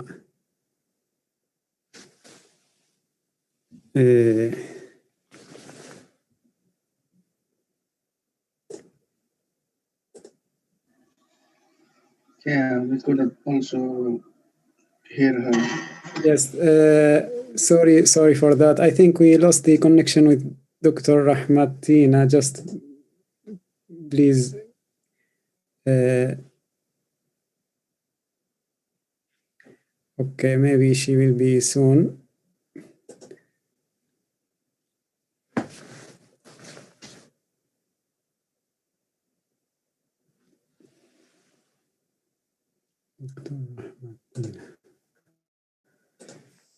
Yeah, Dr. Amar. She's coming back. Yeah, Just if you can, has problem with her maybe connection. Just please wait. Could you ask her to go back to the part where we lost her? Yeah, I'm sorry, Dr. Amar. No problem. Yes, please continue. No problem. Okay, if she can go back to the previous slide and do it for the record. Right, all right. Yes, just for a few more slides. Okay, let's return to the first slide. I think you're on slide about 18 now. Yes, yeah, this one, yeah? The one before was, your conclusion, your conclusion to the research findings. The next one, I think. Oh, okay, so this one, yeah? Yes, okay. Yes, that was the one. Could you start from there, inshallah? Yes. So based on the research finding, there are several recommendations that we made. First, zakat management should make sure that its system increases the effectiveness and efficiency of payment and create the easiest way for people to make a zakat payment through an online platform. This is because performance expectancy is found to be significant in our empirical study. So when the system is easy to use, when the payment could be easily made, then people will make more, will have a higher intention to pay zakat online. The second one, zakat management organizations and government should prepare a good infrastructure and also resources needed to implement online zakat payment. So because facilitating conditions are found to be significant in the study, and at the same time, digital zakat is something that is quite new in Indonesia, then it is very important to prepare a good infrastructure and resources needed. And the third one, all zakat stakeholders should attempt and collaborate to increase education and literacy programs related to the concept and implementation of digital zakat. This is quite obvious because with higher literacy, it can be expected that people will use more online platform to pay zakat. And finally, zakat organization is also expected to continue innovating in its operational activities, including continuing the collaboration with various parties such as e-commerce, fintech companies, and other digital platforms. So these are related to digital zakat payment. Now let's move on to the second case study, that is the digital cash Waqf. This is also an empirical study. These are the hypotheses. And one thing to note, this study involved Muslim millennials in Indonesia. Why millennials? There are several reasons, but Indonesia around 1/3 of the population at the moment is millennials generation. More than 50% of the productive age group are millennials. And the millennials are also very technologically savvy. More than 90% have mobile phones, and close to 60%, if I'm not mistaken, have regular interaction with internet. So they regularly use internet. So we take the case studies of Muslim millennials in Indonesia. And these are the 6 hypotheses. We hypothesize that knowledge, trust, religiosity, attitude, subjective norm, perceived behavioral control are all positively related to intention to engage in online cash waqf amongst the Muslim millennium. These are the literature review and hypothesis development. As for the research methods, we use quantitative research method by using theory of planned behavior framework. We collected primary data through online survey questionnaires. By using purposive sampling, we managed to collect the data from 418 respondents, age 18 to 38, and have never made donation in form of online cash waqf. And these are our research findings. Basically, as you can see here, the estimation result found that all latent variables which influence attitude towards online cash waqf, that is knowledge, trust, and religiosity, and all factors of theory of planned behavior, attitude, subjective norms, and perceived behavioral control have significant and positive influence on intention to engage in online cash waqf donation among Indonesian millennial Muslims. And there are several reasons behind these findings, including the narrative of Waqf's benefit, mainly campaigned by Waqf institution and also the government, the respondents' perspective toward Waqf, and the nature of millennial generation, which have strong tendency towards digital technology. And based on this finding, we suggest several recommendations, including in relation to the role of digital technology. That is, Waqf institution also need to make sure that their digital platforms could be used easily and effectively, because perceived behavioral control is found to be significant according to the study. So the ease or difficulty of using the system is positively and significantly influence the behavioral intention to donate through cash waqf among the millennials. And these are some other recommendations. Now, from the 2 case studies, we have shown that the digital technology have indeed contribute positively, have improved performance of Zakat and Waqf institution in Indonesia. How did it happen? Because it could enhance efficiency and effectiveness of the payment of Zakat and Waqf. It could also enhance literacy and awareness, as well as trust and accountability towards Zakat and Waqf organization. But especially Waqf organization, because the empirical study only used trust factor in the Waqf studies. It is also notable the importance of investing in enhancing the use of digital technology to improve performance of Zakat and Waqf institutions. This would require appropriate investment in infrastructure of digital technology. At the moment, only few Zakat and Waqf organizations have digital platform, and even when they have digital platform, they have not used it optimally. So the human resources also need to be trained on how to use the system, while at the same time, it also requires appropriate ecosystem, including education, which could or directed to increase awareness and also literacy of people regarding Zakat and Waqf in Indonesia. If I'm not mistaken, the literacy index of Zakat in Indonesia was only 60%, So from 100 people, only 60 of them knows about the concept of zakat. And the figure is lower for Waqf literacy index. I think perhaps Prof. Radit will share about it later on. And finally, overall, it is suggested that digital technology in the future could and would play a more important role in revitalizing zakat and waqf institution or Islamic welfare institution in Muslim societies. Finally, I would like to close my presentation by sharing a verse from the Quran, Surah Ar-Rahman, verse 33, which is believed by scholars shows the importance of developing technology. Bismillahirrahmanirrahim.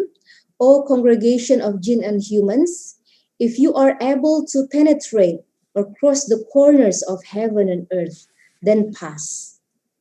But you cannot penetrate it without strength or sultan. I hope we can all reflect to this verse of the Quran, and I also hope that you find my presentation to be beneficial. Thank you very much for your patience. Assalamualaikum warahmatullahi wabarakatuh. Allahu alam. Thank you very much, Dr. Rahmatina, for your informative and interesting presentation. We will start with our professors if you have any questions before we move to the attendees. So please, if you have any comments or questions, feel free to unmute yourself and ask Professor Rahmatina. Just a small questions, Please, Dr. Amar. Please, Dr. Rahmatina. Yes, thank you, Dr. Amar. Very nice presentations, Professor Rahmatina. With regard to the use of the method you use, Professor Adita is asking, Dr. Hakimi, just please 1 moment. Can you wait? When you use a method like TPP just now and then you taught, how do you consider these two methods? When to use TPP and for which cases, and when to use UTAUT for what cases? In your case, thank you. Yeah, should I answer it directly? Yes, please. Okay. Thank you, Prof. Radit, for the questions. In my opinion, basically, when new technology is being used, and we would like to know the intention of adopting the new technologies, it is possible to use both concepts or both theories. You can use the TPB, but you can also use the UTAUT. So actually, the UTAUT can be, the two approach can be used for the two case studies. But I choose the UTAUT for zakat payment. Yeah, mostly because of the very small adoption of digital zakat payment in Indonesia. Now we know that in Indonesia, traditionally zakat is paid, could be directly to the mustahik, could also be paid through transfer to bank account of the zakat institution. So I use the UTAUT framework to investigate the issue. As for cash waqaf, because cash waqaf, actually, the Indonesian law of waqaf has recognized cash waqaf since 2004. However, the adoption is also very slow. But because it is, it's not new, but more and more people are using cash waqaf now. That's why I use the TPP approach. But basically, you can use both for both situations. Thank you. Okay, thank you very much. Do we still have any question from our professors? We have, please, Dr. Hakimi, sorry. Yes, please. Thank you, Prof. Rahmatina. Glad to see you again. Basically, I have two things. Number one, in terms of what do you think, something related to purely Islamic, like theory of knowledge from Al-Ghazali, because of we know TPB is very established and established theory that we are very alert about that. How we can cross check compare with the purely Islamic theory regarding or related to TPB.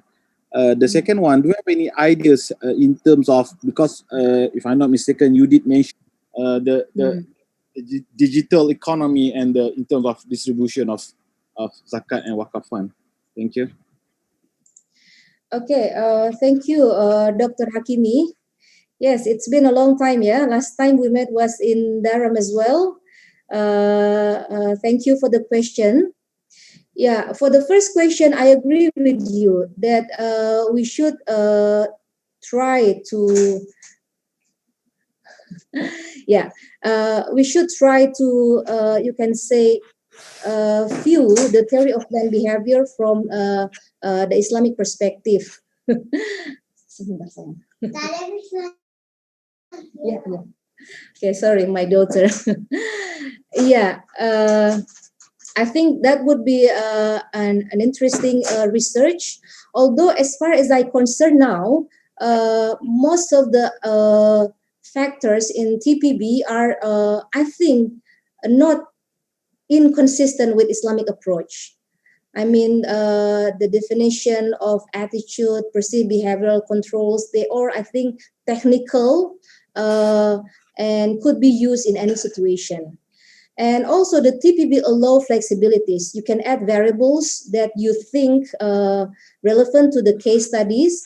For example, in my case, I add knowledge and also religiosity in the model. And I derive the knowledge, religiosity from the Islamic sources. The questions about existence of God and then obedience to Islamic rituals and so on. It could be included. That's for the first question. Sorry, the second question, I forgot. My daughter distracted me. Yes, sorry, you're still mute. Unmute yourself, please. Dr. Hakimi, you are muted. Digital economy, how distribution side, yeah? Yeah. Okay. Yeah, as far as I'm concerned, very few studies try to look at the distribution from digital economy angle. I think I found one study from the IIUM journal. They used the UTAUT framework to investigate the effectiveness of distribution of zakat in Malaysia. So I think it's also an important line of research, because in the future it will be more efficient for zakat organization to distribute zakat through online channel as well, in terms of cash zakat, and also maybe in terms of to make sure that especially for cash zakat donation. So that's my perspective. Okay. So hopefully in the future, more and more studies about the distribution aspect and not only the collection aspect. Okay, thank you. Okay, thank you very much. From the attendees, actually, we have two questions. One from Dr. Mari Adachi. She's sending with her salam. She is also sending a question. She is asking about if you can explain more about the recent situation of distribution through the digital channel. The distribution aspect. Yes. Yeah, thank you for the question, Dr. Mari Adachi. It is a pleasure to see you here or to discuss with you in this event. And also thank you for the question. You're asking about the distribution aspect through digital channel. Do recipients get GoPay voucher or e-money? Yes, I think it already happened in Indonesia at the moment, where the recipient of zakat get voucher and e-money. And in fact, it has been used by the government as well to distribute their what do you call it, bantuan langsung tunai, their cash transfer, unconditional cash transfer.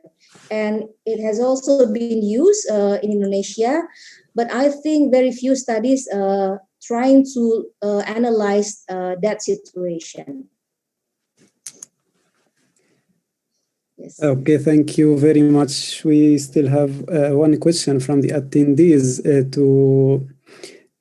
she is asking, or he is asking, about each indicator you utilized for analyzing the intention to use online platform to pay zakat. Can you collaborate more about this point if you... Yeah, thank you for the question. Actually, with the UTAUT framework, the questions are quite standard, but we modified it to adjust it with the condition of zakat payment in Indonesia. And the questions are in the paper. So I think one, it is published, or I can share it with the committee, or I can send it to Dr. Amar Hassan. Okay, thank you very much. I think we are on time. We will take, we recognized late that Maghrib time in Indonesia is very short now. So we will take 5 minutes break for Maghrib in Indonesia. And Dr. Amar, it's not yet Maghrib. Really? 2 minutes. In 2 minutes. In 2 minutes. So yeah, I can start now if you want. Is it okay to I will pray Maghrib after that. Okay. My presentation will be brief, inshallah. Okay. Thank you very much. Okay, so we will start then with Professor Radhita Sukumana. Professor Radhita is head of doctorate degree in Islamic economics program in Faculty of Economics and Business Erlanga University, and he is going to share with us today about cash waqf linked sukuk in Indonesia as an innovation. Of course, Professor Radhita is a professor of Islamic economics, and he had his master degree and PhD degree from International Islamic from Georgia State University. He is specialized in economics and management of Waqf, small medium enterprises, Islamic banking, and Islamic capital market sukuk. So please, Professor Radhita, the mic is yours. Thank you very much. Assalamualaikum warahmatullahi wabarakatuh. Alhamdulillah rabbil alamin. Wassalatu wassalamu ala asrafil anbiya'i wal mursalin wa ala alihi wa sahbihi ajma'in. Amma ba'du. Praise be to Allah Almighty God. Salawat let us send to our beloved Prophet, Messenger, his family and friends. Thank you for Professor Yasusi Kosugi for inviting me, Dr. Amar and all other panelists here, Dr. Hakimi, Professor Hamatina, Prof. Diat, and also Professor Monserkaf. Well, my topic is cash waqf linked sukuk, CWLS in Indonesia and innovations. This is my ongoing research with my colleagues from Department of Islamic Economics, Mr. Erlanga Surabaya, Dr. Nisfulaila and Indah Rahma.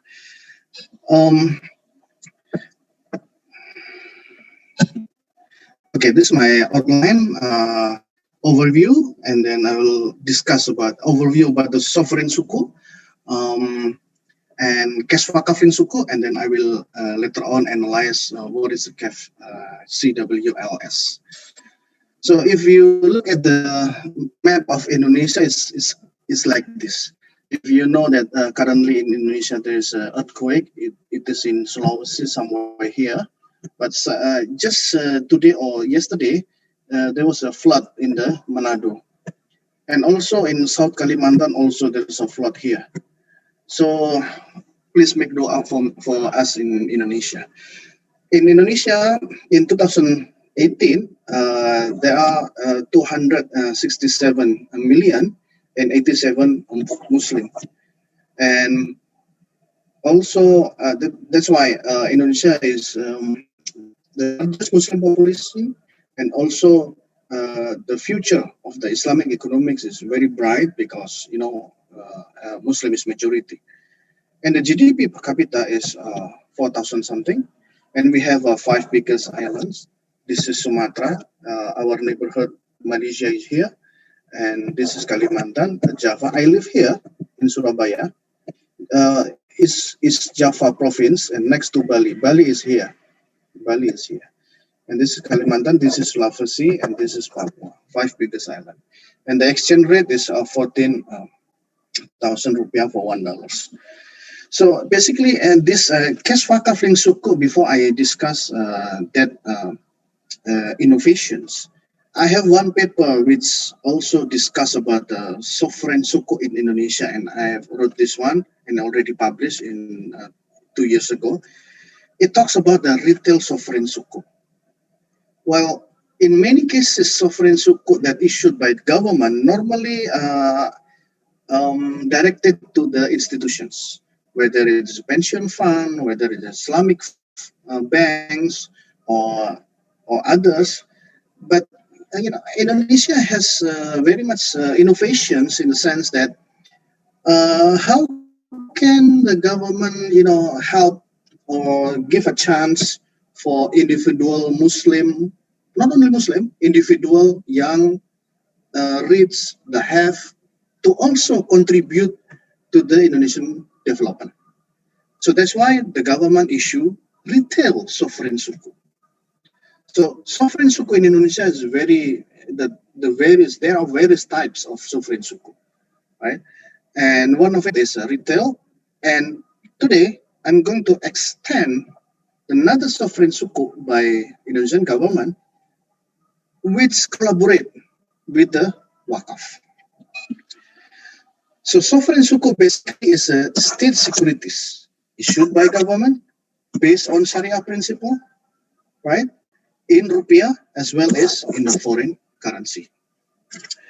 And what is the goal of issuing the state suku or sovereign suku? Of course, it's a financing for national budget.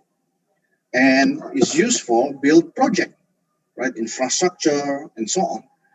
And we know already that the sovereign bond and sovereign suku, the difference is that the sovereign suku, we know the utilizations, the use of the proceed of issuing the suku for infrastructure, for tollway, or for energy infrastructure and so on. But if government issue bonds, then we will not know the use of the proceed of issuing the bonds. And another goal for suku is develop the Islamic financial system. Of course, when government issue the sovereign suku, and then like the capital market, because suku is part of the capital market will be, more variety of instrument, and more people will engage in the Islamic capital market. So what are the advantages of issuing suku? It's financing diversifications, right? So normally government rely on borrowing loans, like just now because of the COVID, Indonesia is borrowing from the World Bank. And another instrument, Indonesia government can also issue bonds. So sovereign suku is another alternative for national budgets. It can be used for government projects and utilize the state-owned assets. Because in the context of suku, the underlying asset, just like Professor Monsher Kaf just now, that finance in Islam should have an asset in it. In the context of suku, sovereign suku, so they are utilizing some type of the sovereign suku, utilizing the state-owned assets, like building and other assets. Of course, it develops Islamic market and provide suku benchmark, because the rate, the yield that is offered to the investors, the profit shares, will be the benchmark for other private to issue the suku as well. and expand the investor basis, because normally previously when the government issue bonds, then Muslim who are very strict, do not want to interact with the interest, which is riba, they don't want to buy bonds. So by offering the sovereign suku, which is of course Sharia compliance, then those kind of people can also contribute to the country's economic development. So this is the sovereign suku, 2008, the Islamic fixed rate, 2010, project base, 2013, wakala suku, saving suku, and now in 2020, we have a cash wakaf link suku. So this is cash wakaf link suku, right? And this is like the types. If we talk about the sovereign suku just now I mentioned that mostly is fixed rate and can be bought by individual Indonesian citizens, and profit will be there, because suku again is an investment. In case wakaf link suku, the market is domestic. The one who buy is have to be Indonesians, and institutions can also buy, private. Recently, government issued the cash wakaf link suku retail, but today I discuss only the cash wakaf link suku, which is bought by institutions, and it is a private placement, right? I will explain later. Tenor 5 years, intermediate long, state-owned goods government project, and wakala non-tradable, right? And fixed coupon, paid month, and also discounted. This is very interesting. Discounted, I'll explain later. Two types, and retail. But today I only discuss the CWLS. So wakaf and cash wakaf, we already know. I just skip this one. This is already mentioned in the Waqf Act. We in this Waqf Act, we acknowledge the Waqf and also the cash Waqf, right? In the Waqf Act. So cash Waqf is the innovations financial instrument combining cash Waqf and suku for social purposes. For social, this is important for social purposes. In the suku retail, I mentioned earlier, if we buy the suku retail, we got the yield, right? Because it's investment. But if we contribute or buying, if we buy this CWLS, we buy for social purposes, in the sense that if we buy later in the maturity, then we will get the principal. So since this is suku, where is the profit? The profit will go for social purposes. In suku retail, the profit goes to investor. In CWLS, the profit goes for social purposes. So we only get the principal. Sovereign suku, which is bought by cash wakaf. It is unique because the return will distribute it to Indonesian Waqf Board to develop new asset wakaf and finance social programs, right? Okay. What is the urgency to strengthen the capacity of Islamic economics, innovations? So, to the best of my knowledge, there is no other country which issue suku combined with the Waqf, only Indonesia. And strengthening the national Waqf management, right? And of course, achieve the SDGs target, because one of the SDGs element is on the health. And this specific CWLS is focusing the social purposes is to the health, right? To develop a social investment during the COVID, especially this one is for the retail one, as facilities for Waqf to invest their social, their cash Waqf in secure. Secure because government is there, because government is issuing the suku. It is safe because it's guaranteed, and also it is productive because government issue will give the profit share and directly send to Waqf Alai or beneficiaries. Blessing because of social welfare, competitive because the returns is quite high, and long-lasting because of Waqf. So this is the data on the feature of the CWLS. So the government is the obligor, represented by Ministry of Finance.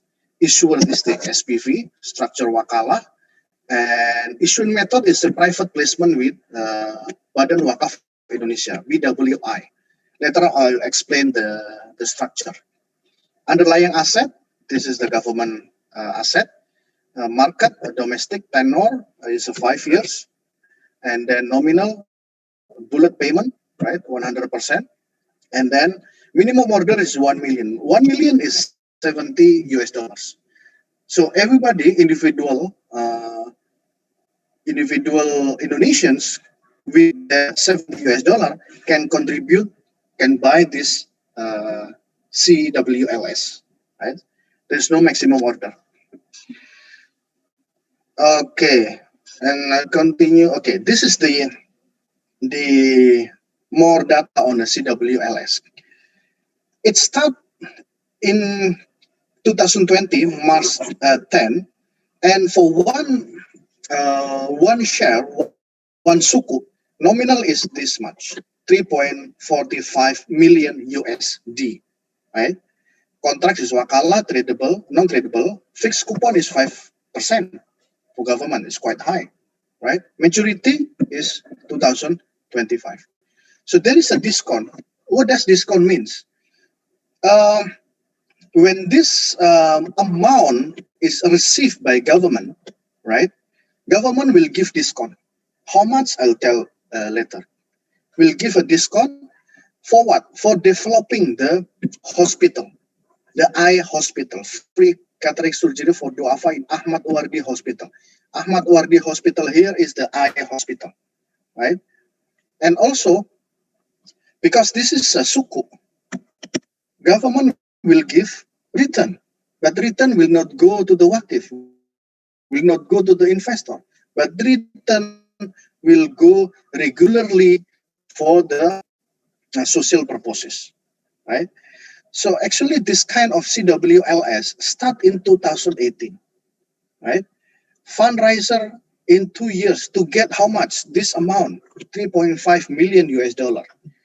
So last year, I remember Professor Dian Masyito mentioned that collections of the cash Waqf because of the literacy problem is challenging, right? That's why to collect this amount, we need 2 years, right? So majority of the investors is institutionalized investors. So this is the most important in this slide.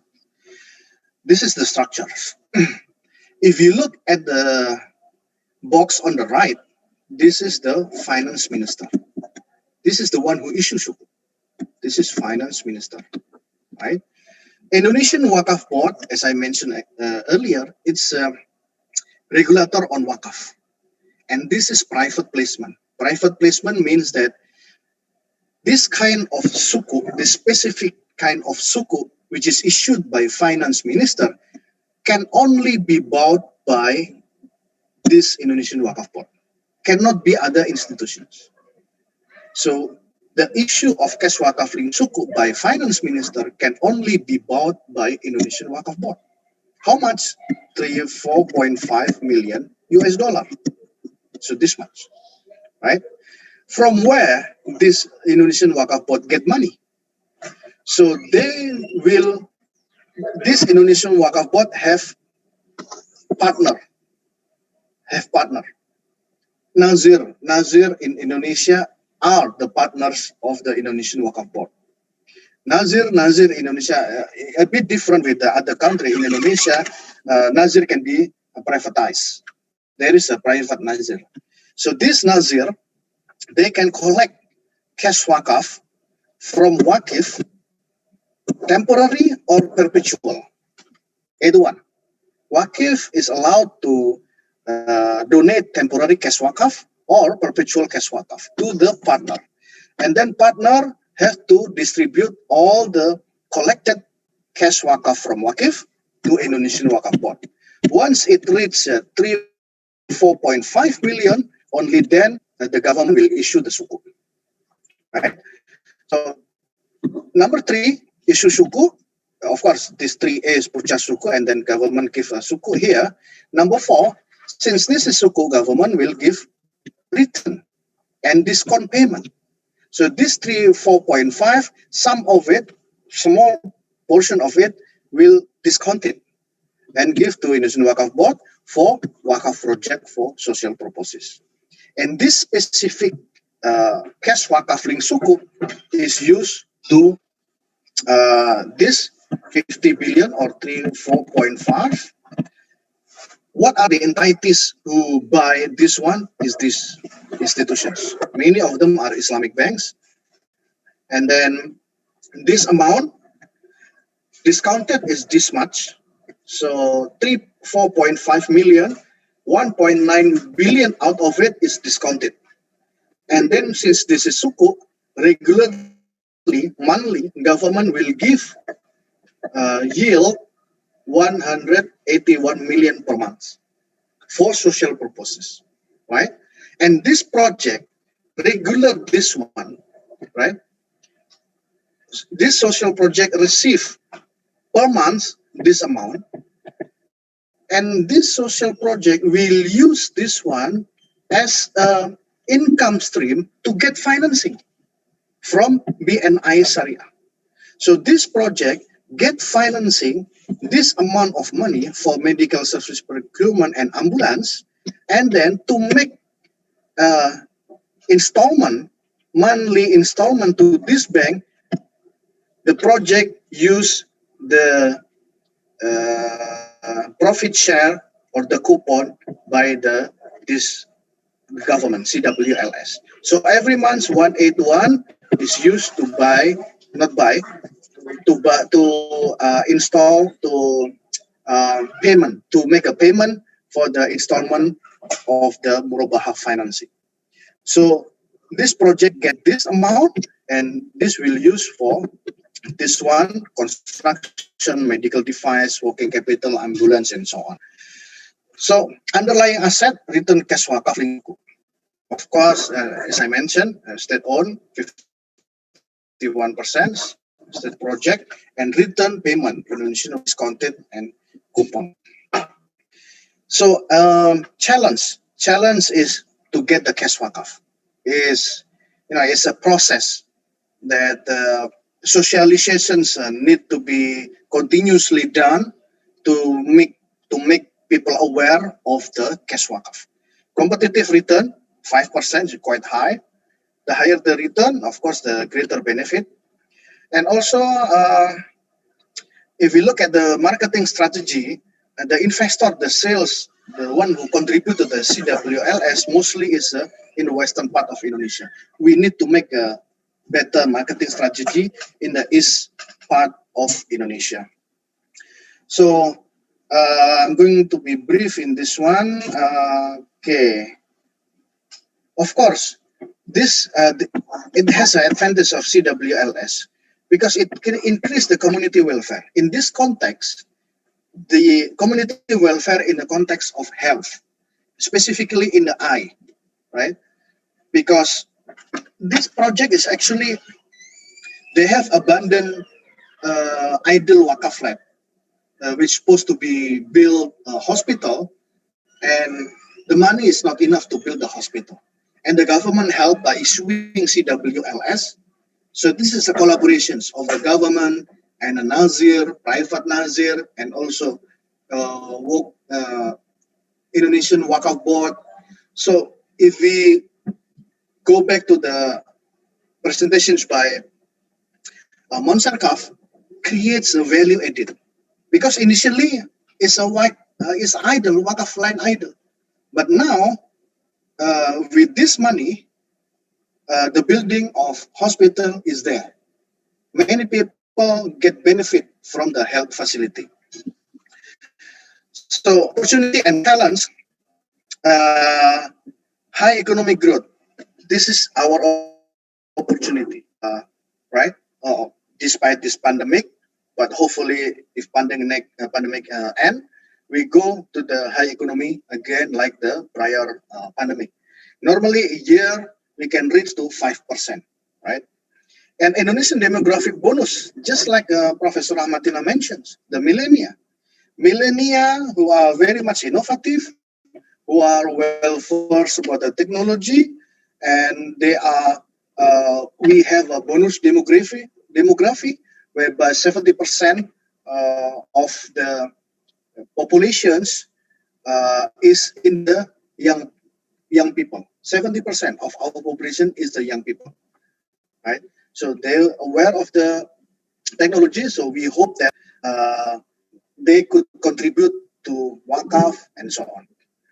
High commitment of Indonesian government, like by issuing the Sukuk retail and also Sukuk retail combinations with Waqf, it shows that government is have a high commitment in developing the Islamic economics and also in developing the health facility and other infrastructure.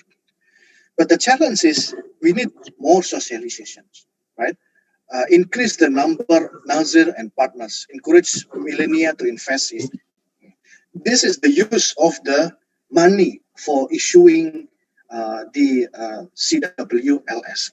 Room renovations, medical service, the equipments, ambulance, and also the social service. So this is the performance of the hospital. If you look at the net profit, in 2018 still experienced losses.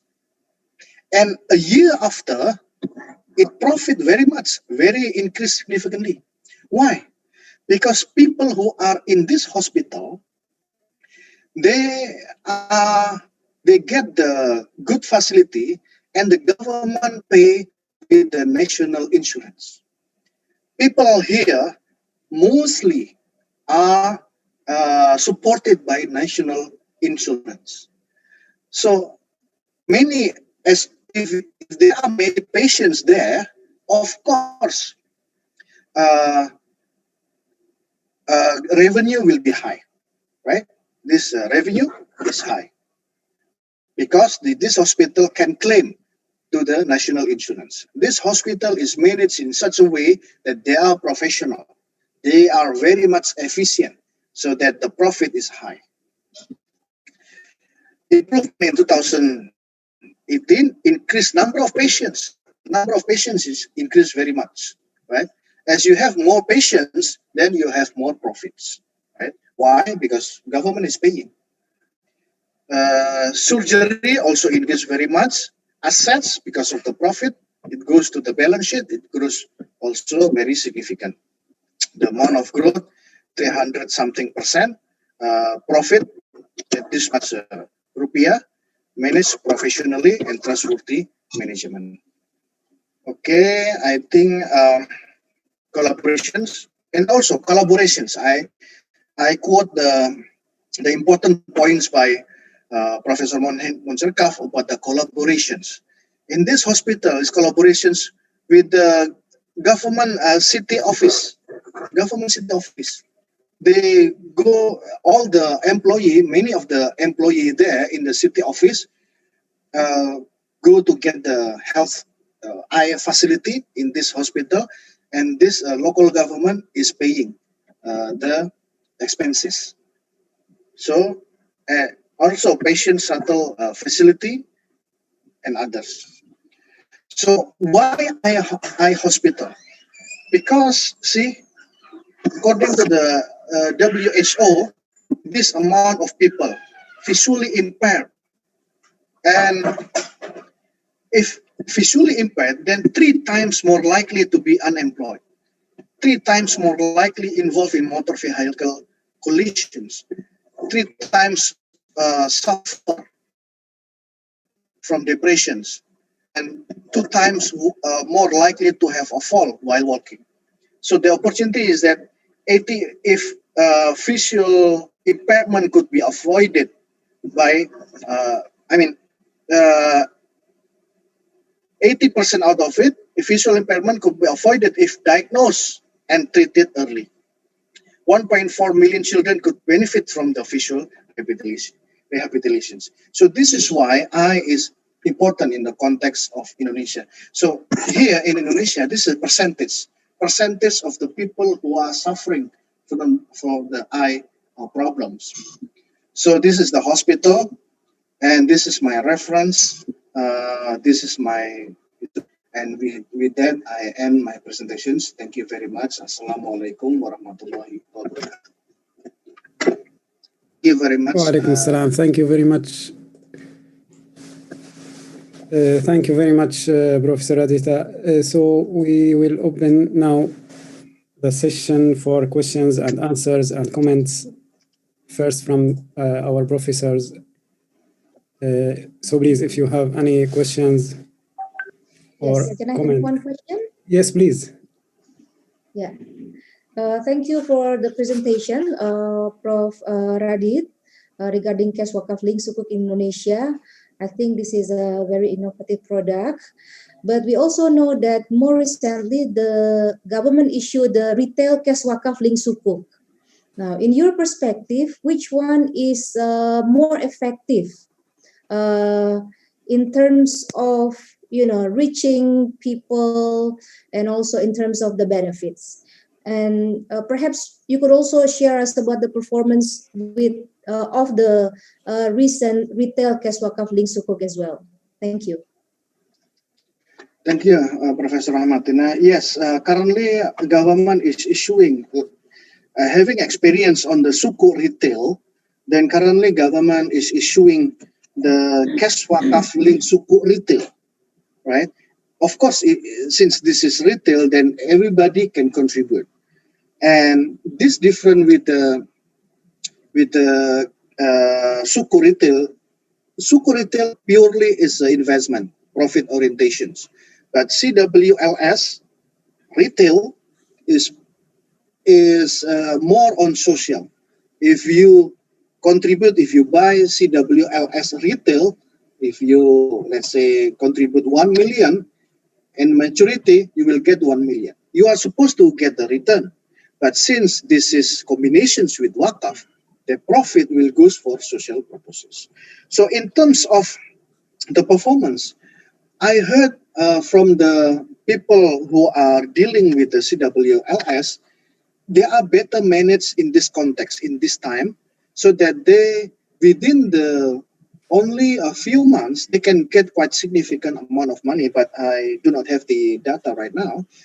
So with that information, I do believe that the prospect is better. The key is that how do we make socialists? We need to collaborate. Again, I fully agree on the Prof.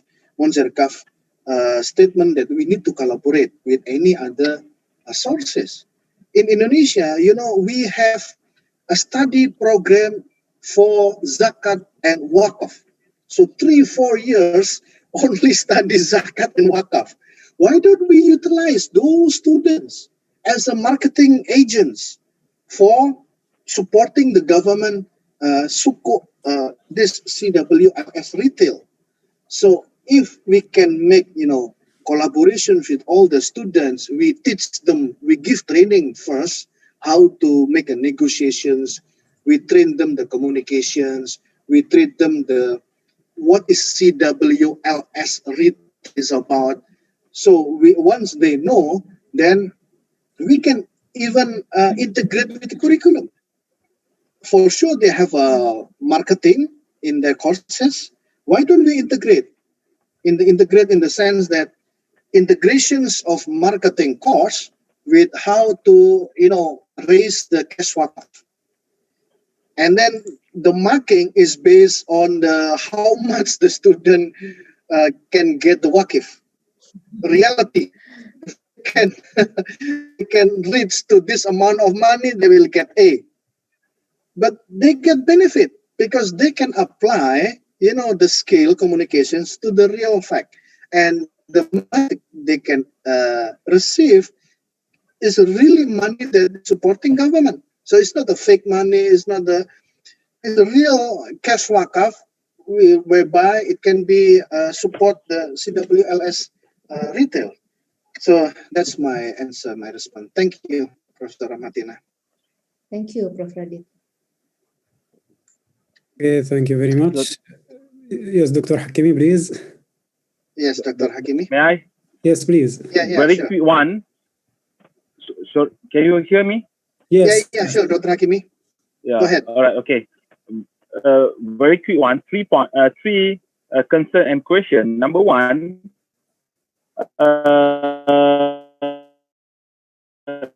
Can you mention here mirrors to CWLS? Do you have in Indonesia, because you mentioned CWLS only in Indonesia, a similar product from conventional practice that similar or mirroring the CWLS? That's number one. Number two, in terms of the key player, is it government or BWI or Kementerian Agama or what?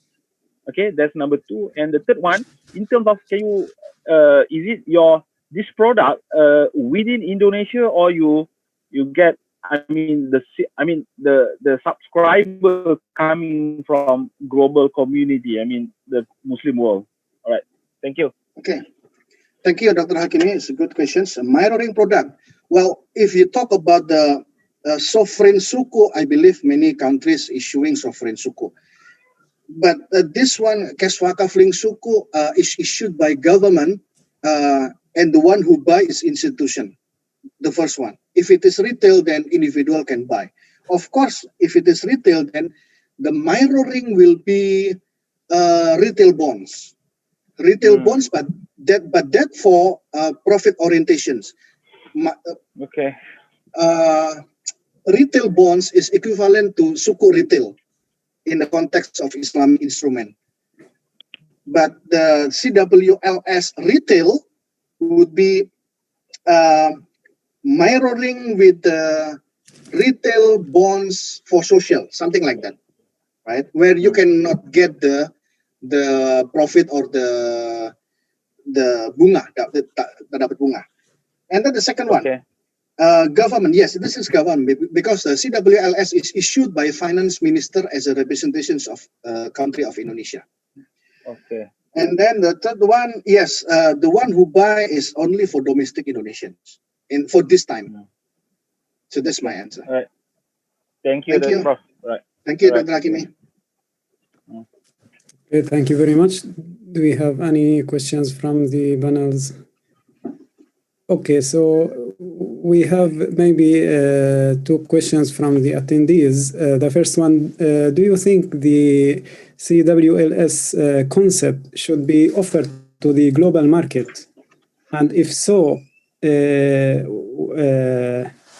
what are the challenges if this concept has been offered to the global market? Yes, thank you, Dr. Amar. For the global market, yes, I think this innovations shows that the role of government is there. The most important one is whether the government wants to do or not. In this context, government of Indonesia, alhamdulillah, they very much, have good intentions to issue this CWLS. And for the global market, I do hope that after my writings on this issue, that people can read, and then hopefully it inspires them to adopt what has been conducted in Indonesia. Socialization is needed towards outside Indonesia. That's my answer. Thank you very much. Maybe the second question is also related to this, the CWLS, especially the how you are planning to get the data for this instrument. Well, yes, the data is actually within the finance minister. So for this time, I haven't got the data, but for CWLS, we know that the one unit is 4.5 million. But for the retail, so far, I need to ask the finance ministry persons to get how much they have been collecting so far. So far, I don't. It's not in my hand right now. Yes. Yeah. Okay. Thank you very much, Professor Thank Radita. you. And so now we will take maybe 10 or I have to go for Maghrib prayer. yes, Allow so me 12 minutes. We will take 12 minutes break, and we will Right, back after 12 minutes, Thank you. depending on your timing, Indonesia, Malaysia, Japan. After 12 minutes, please, we will continue with Dr. Hakimi presentation. Dr. Ma, Yes. how long? Because it's already Maghrib in Malaysia as well. Yes, so 12 minutes. After 12 minutes, we 12 minutes, okay, all right. Okay. All right, okay, thank you. Okay, thank you. Thank you, Brother Amar. Thank you.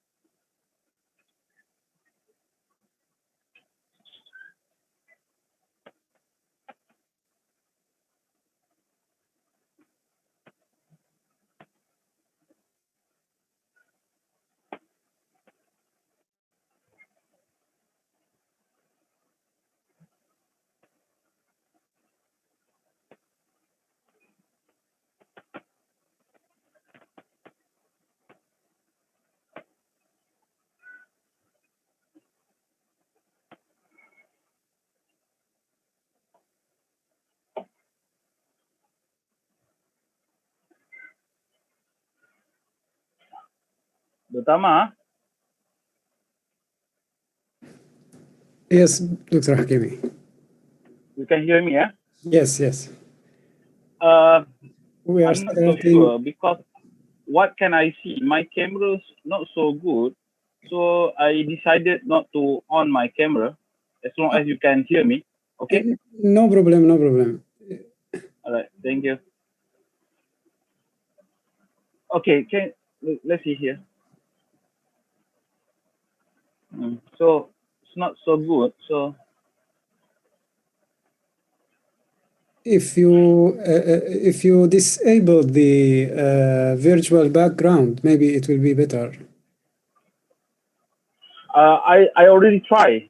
Same. Ah, okay.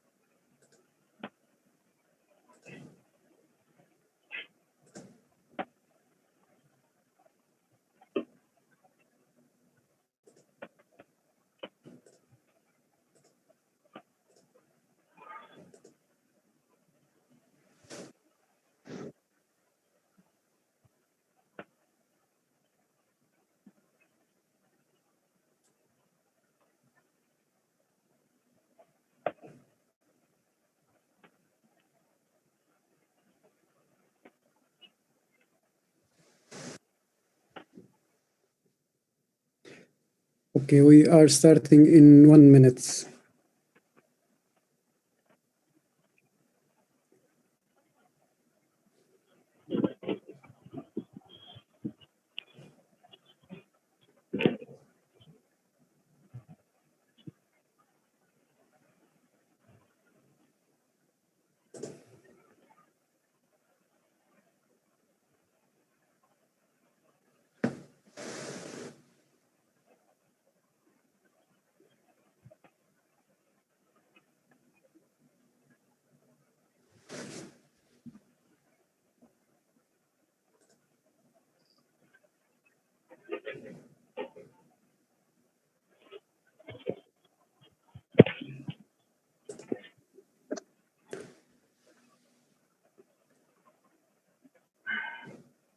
Okay, welcome again, everyone. Thank you very much for joining our workshop.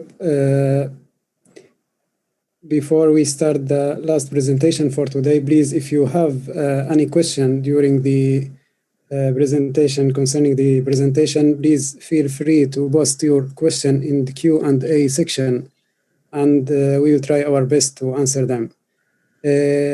Our last speaker today is Dr. Muhammad Hakimi. Dr. Hakimi is senior lecturer in Islamic economics at Faculty of Economics and Management in the National University of Malaysia, UKM, since December 2006. And he also has too many positions. He is Assistant Special Officer in the office of Tun Abdullah Ahmad Badawi, Prime Minister Department, and to many other positions also. He is specialized in Islamic economics and Islamic social finance. And he is going to share with us today about the theoretical and practical consideration of inclusive Islamic social finance through Waqf and Qard Hassan. Dr. Hakimi, please. Bismillahirrahmanirrahim. Assalamualaikum warahmatullahi wabarakatuh, and a very good evening to Dr. Amar. Thanks to my brother Dr. Amar for organizing this thing. So this is a part of our continuity. And my beloved sensei, Professor Kosugi, and also Professor Brewer, and then my senior, Professor Raditya, Prof. Ramatina, Prof. Dian, and as well as my, I can see, Dr. Salman is not around now. So from the attendees list, I can see some of them I know, my colleagues from Japan and also from Malaysia and maybe perhaps Indonesia, I guess. So for today's presentation, continuing from what we discussed in Osaka, I believe Professor Raditya and Professor Dian, all of us alert about this thing, and we hope we can have something concretely in terms of publication perhaps.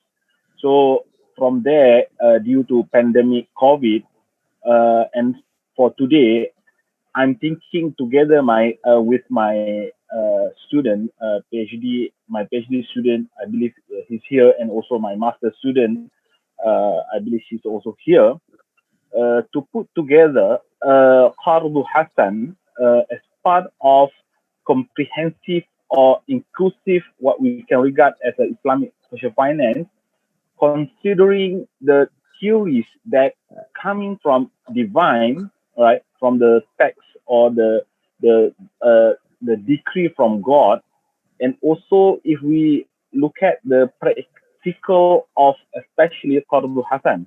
Okay, based on what Professor Monzakaf mentioned, and also the comment or question from Professor Kosugi about the profitability of the product and also the elements of business here, when Professor Monzakaf mentioned about grameen. So I met Yunus in Malaysia many years ago, and then he moved from Grameen Bank, from microfinance to social business.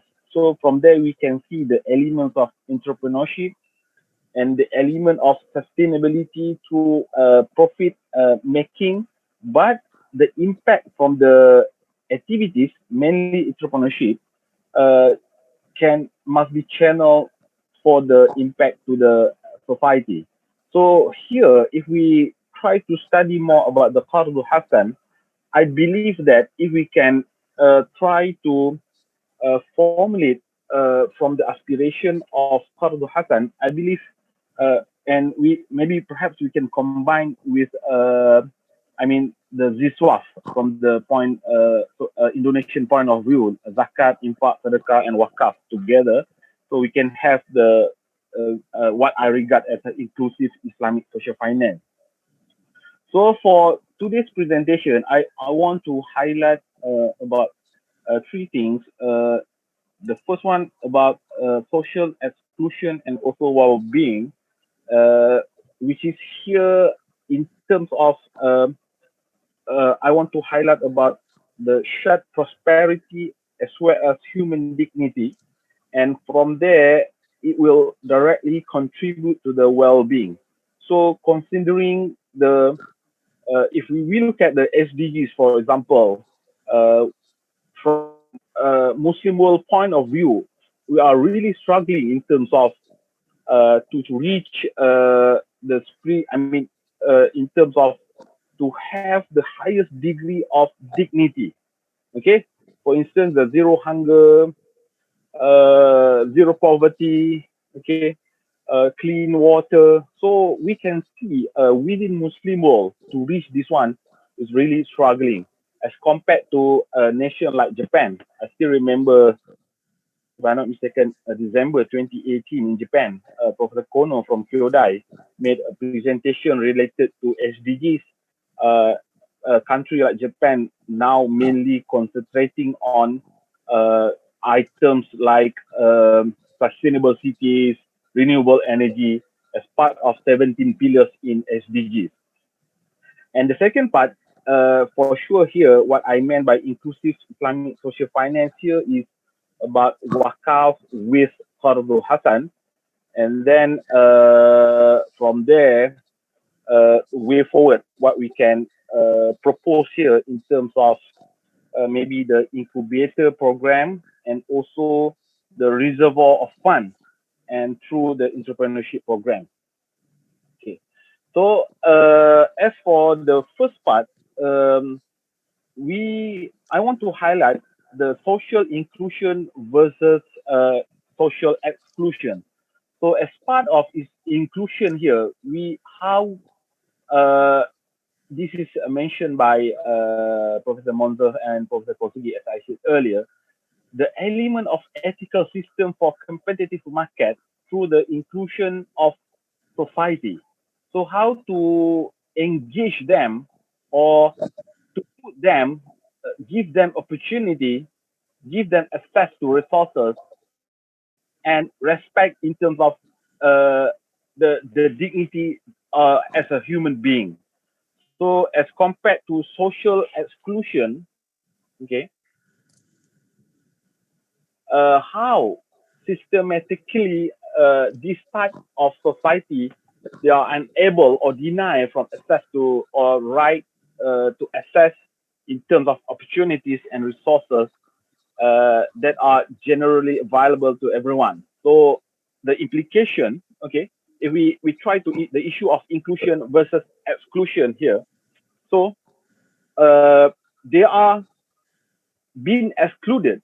Okay, if you look at the website of World Bank, for instance, $1 billion have been declared in the website of World Bank with the issue of social exclusion. Okay, there are countries like Mexico, for instance, when the denial society, they are been denied to have access or their right or opportunity to participate, particularly in economic activity, in community services, and also politics. So based on the issue of social exclusion, right, there are three major consequences. Okay, there are three major consequences if considering from the literature and the impact of social exclusion, the issue of social exclusion, mainly these three. For instance, the issue of inequality. So we can see this in the pillar or item number 10 in Sustainable Development Goals, reduce inequality. So this is a big issue, poor getting poorer, rich getting richer. So the inequality within society, and we can see here the impact of social exclusion in terms of poverty, and the first one, vulnerable society. Vulnerable society, vulnerability, the issue of vulnerability. So based on this thing, okay, based on this thing, which I believe we can have the issue based on these three issues, it will impact directly or indirectly for the well-being of the people or human being. So in terms of their physical, mental, social, values, lifestyle, belief system, etc. So if we want to connect between the impact of social exclusion with the issue of well-being, and I believe we have take into consideration seriously how we can have we have to tackle this issue. And from there, if I want to highlight here, the well-being in terms of psychology, okay, it will affect directly to the issue of health, happiness, and also prosperity. So, for instance, in our country, Malaysia, from 2020 to 2030, we do have what we call as shared prosperity vision. Okay, for 10 years. So apparently, since we have new economic policy in 1970 due to the racial or the riot, the tension between Malay and Chinese society, Chinese community in Malaysia. So it gives the tension between the race in Malaysia. So from there, what I see remain as a major issue when our government introduced shared prosperity vision. Okay, and from there, if we look at the issue of well-being, it will, for me, I want to highlight about the prosperity and also human dignity. It will closely related to other things. Okay, here we can see in terms of the issue of clean water, leisure, social participation, family life, housing, work, education, financial security, environment, in terms of the security and also health. All right. So from there, okay, from there, what I want to highlight from this, the first part, okay, we have to consider seriously in terms of economic empowerment in order to reach or to tackle the issue of highlight this thing: human capital, financial capital, physical capital, and also social capital. And another one, based on our study, mainly from our PhD student in UKM, is not necessarily, and also supported by article in 2019, that even though this type of society, they have the financial capital, but they don't have any strength in terms of the spiritual element, the business or the economic activities is really open to the failure. All right. So based on the items that I highlight for the first part, I want to move to the second part of my presentation. For me, the Waqf and also social, Waqf together with Hassan, which I regard as can be regarded as inclusive Islamic social finance. So this is already keep remain explained, mentioned continuously, because I would say Waqf as a very unique Islamic institution. And as I asked, for instance, Professor Raditya, the mirroring product, because for me, endowment, I keep remaining mention this. Professor Murad Kizaska always mentioned that the greatest contribution of Islamic civilization is Waqf. So we can see endowment. So this is Waqf is through the long history, as a Professor Rahmatina also mentioned, and Professor Mondekar, already practiced by civilization before Prophet Muhammad. So we can see now the instrument of Waqf as a unique instrument is highly regulated. We regard as a public policy instrument. The rules of government, like Professor Raditya mentioned about how Central Bank of Indonesia introduced cash Waqf linked sukuk. And of course, we have to bear in mind that Waqf as a ibadah, this is part of our piety or charity here. All right. So from there, Zakat is very clearly mentioned in the Quran and Sunnah, but as for Waqf, is evolved through centuries. Okay, so now from there, the fruitful integration of practice of here, we have to, I want to highlight as well, Waqf and civil society or civic economy, the integration of piety and also business here, between private and public, spiritual and material, individual and community or society. So we can argue that Waqf allows creative space for communities to micromanage their own socio-economic affairs according to divinely sanctioned ethical norms. So now, if we highlight about the Waqf, is really a powerful instrument, but we have to also consider case by case, country by country in terms of the practice that happen these days. And from there, I want to highlight as well here because of, for me, in order to have something concrete and very powerful instrument, I want to highlight as well in terms of the corporate Waqf, how we can have the corporate Waqf with the combination of charitable features of Waqf with the organizational efficiency of the corporate form. So for me, through the history of corporate Waqf here, I believe that it can be shown as a very professional manners, professional management, and from there we can see the impactful to the society. And I believe the corporate Waqf is really, really important these days. And if we can manage all the Waqf properties, especially Waqf land, with the efficiency of corporate leaders, with the technical knowledge in the business, okay, in the business, in the commerce, etc., and then I believe we can see the impactful to the society.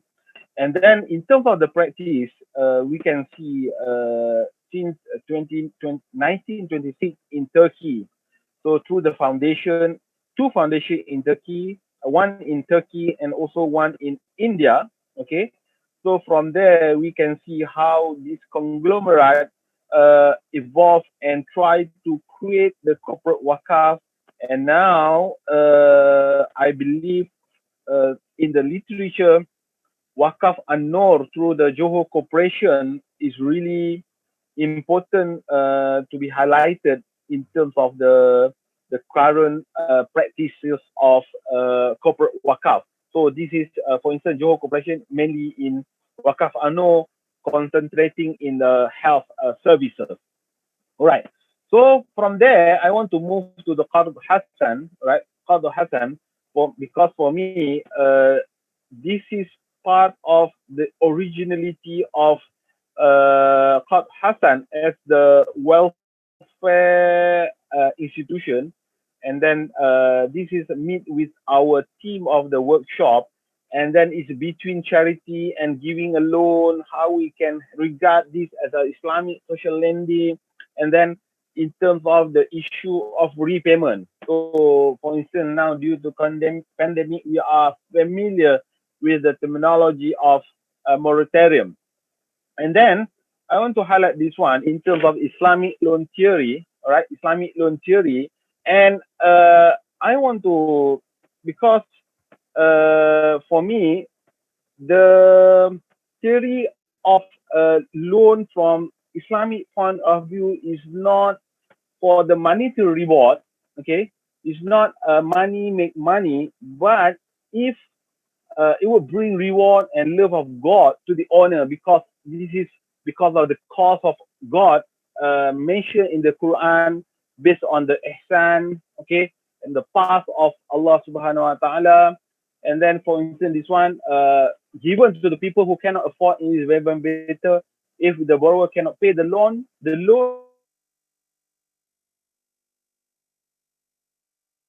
and the lender postpone and justify the loan.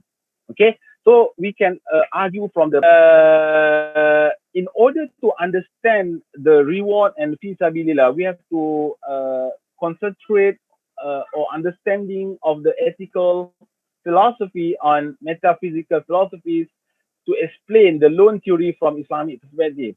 So this is what I highlight and I ask Prof. Rahmatina in terms of TPB problem.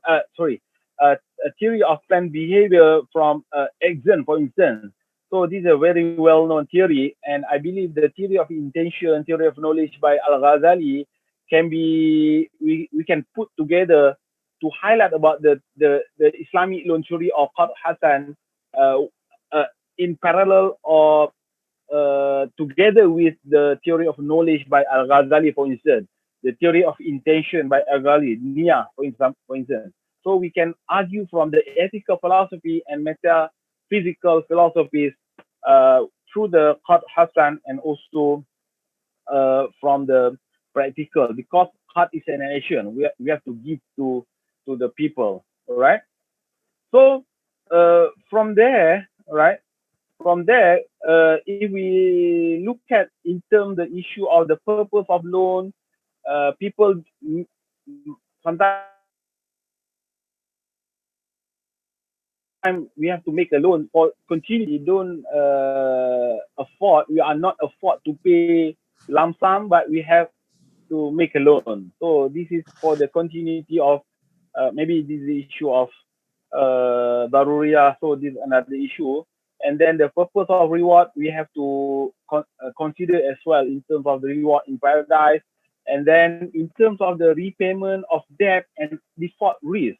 Because even though this is for the reward in paradise, but from the decree of God, debts must be paid. Okay?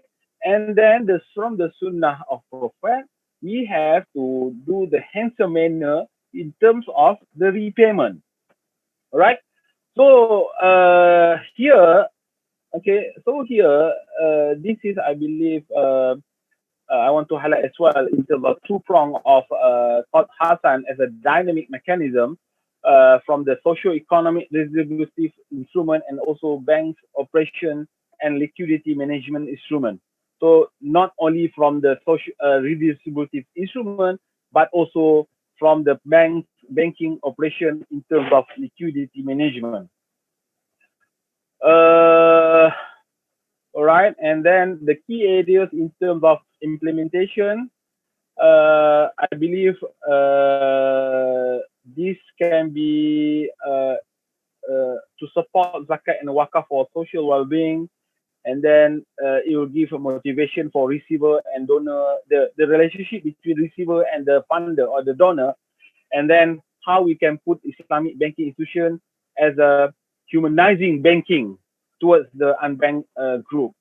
So this is from the theoretical part of Qad Hasan. And in terms of the practical, we can see the Qad Hasan financing, people do or institutions do this one to serving the needs, and then do the instrument of microfinance, and then also advance cash, and as well as for education loan, which is mainly non-profit driven. And then if we look at the practice globally for Qad Hasan, we can see through Ahwad, very influential and very prominent institution in Pakistan for microfinance, as well as BMT by Tumal Wat Tamwil in Indonesia. And then we can see from the Gulf, UAE, Qatar, and Dubai, they do for the salary advance. Okay, salary advance by using Qad Hasan, and for in the case of Egypt as part of the CSR for Faisal Islamic Bank. And for in the case of Malaysia, we can see mainly I want to highlight Bank Islam Malaysia, the first Islamic commercial bank in Malaysia, through what they call as a Sadaqah house. They do soft loan using Qad Hasan in part of their microfinancing program, including we have engagement in my faculty now for Bank Islam to give financing to the students. I mean, in terms of for the entrepreneurship from students. And then also we have as well in terms of cooperative, cooperative means cooperation. They do something like education loan, personal financing, welfare, and etc. So we can see all these things coming from cooperative institution, and also from full-fledged Islamic bank like Bank Islam and also Bank Rakyat, and as well as institution like Islamic Religious Council in Johor and Terengganu, the foundation in Selangor, in Terengganu, and also in Selangor as a part of microcredit scheme.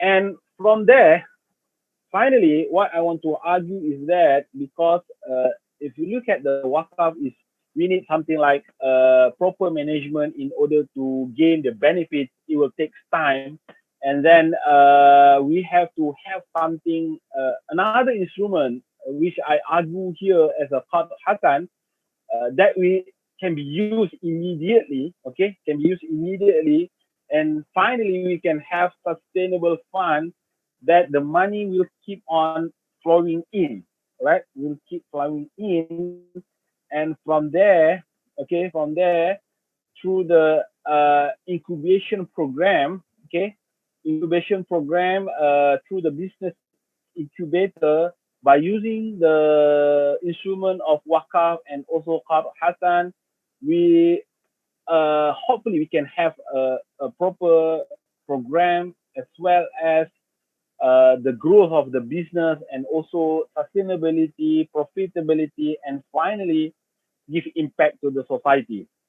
And this is the proposed framework that if we can think about it, how the roles of government and others like foundation using the Waqf Fund and Qard Hasan, and then through the mentoring, training, networking, capital financing, business space, investor, through the incubator program, and then we put together the community group, okay, or that's part of incubation program, so that we can have the comprehensive program using the Waqf Fund and also financing using Qard Hasan. And finally, for this one, I already argued before, integrating Waqf and Qard Hasan so that we can have a reservoir, okay, a big reservoir, put all potential Islamic fund that's flowing, either we can immediately or we can hold on, and because as I said, instrument of Waqf, we need to manage the principle. We can only leverage on the benefit or the return from the principle of Waqf. But for the Qard Hasan, we can utilize that immediately. And for the final remarks of my presentation, I believe that the Islamic approaches of sustainable development, what I want to argue in this presentation is that the combination of Waqf together with Qard Hasan, proper programs, incubation program, entrepreneurial activities within society, within the social excluded society, perhaps with the creative, anticipative, proactive, and holistic programs, I believe that we can tackle, or we can show to the world that we have something impactful instrument in Islam, but we have to manage that properly. All right. So with that, thank you, and Dr. Amar, back to you. Okay, thank you very much, Dr. Hakimi, for the interesting presentation. We will move now to the questions and answer section. So please, we'll start with our speakers. Please, if you have any question or comments for Dr. Hakimi. Professor Adita, please. Yes, thank you, Dr. Amar. Very good presentation, Dr. Hakimi. Congratulations. Dr. Hakimi, can you go back to number 3, where you mentioned about the integration of Waqf and Qard Hasan, where you a lot of picture there, and then you integrate number 3. This one. No. Yeah. That one. After this. This one. Okay. Hold on. Okay. My question is like this. If let me allow me, Dr. Amar, to draw in this chart. If you have cash Waqf from here, and I believe this one is a Nazir. Correct me if I'm wrong, Dr. Dr. Hakimi. Okay, if this is Nazir, then it's fine. That means this is Waqf and this is Nazir. That's fine. But once you give Waqf from this one, I'm okay with this one. This one, okay. But once you put Waqf here, so my question is, who will be the Waqf if Waqf here? Because Waqf, if you put here, then it comes from Nazir. So Nazir doesn't own Waqf. Waqf is from Waqf, right? And if it is Waqf, then this Nazir should be agent, not Nazir. And if this is Waqf, it is given by Nazir, then this should be Nazir, right? So I have a video, later on I'll share my video on the empowerment for fishermen. In that, because I'm advisor in that BMT, we collect Waqf from the Waqf through the BMT, because BMT got licensed as a Nazir by Badan Waqaf Indonesia. And then when Nazir give financing to the recipient, because this recipient is just new recipient doesn't have experience, so it's like startup. So those kind of the startup business, then we don't create burden to them. So we give Qardul Hasan. We don't give cash, but the sources of the Qardul Hasan is coming from cash Waqf. In my case, from this one, only this one. We don't. Cash Waqf is from here to here. This is cash Waqf. But from this one to this one, this is Qardul Hasan, because you only have one contract for one instrument, right? So Qardul Hasan. So maybe you will ask, so how about if it is lost?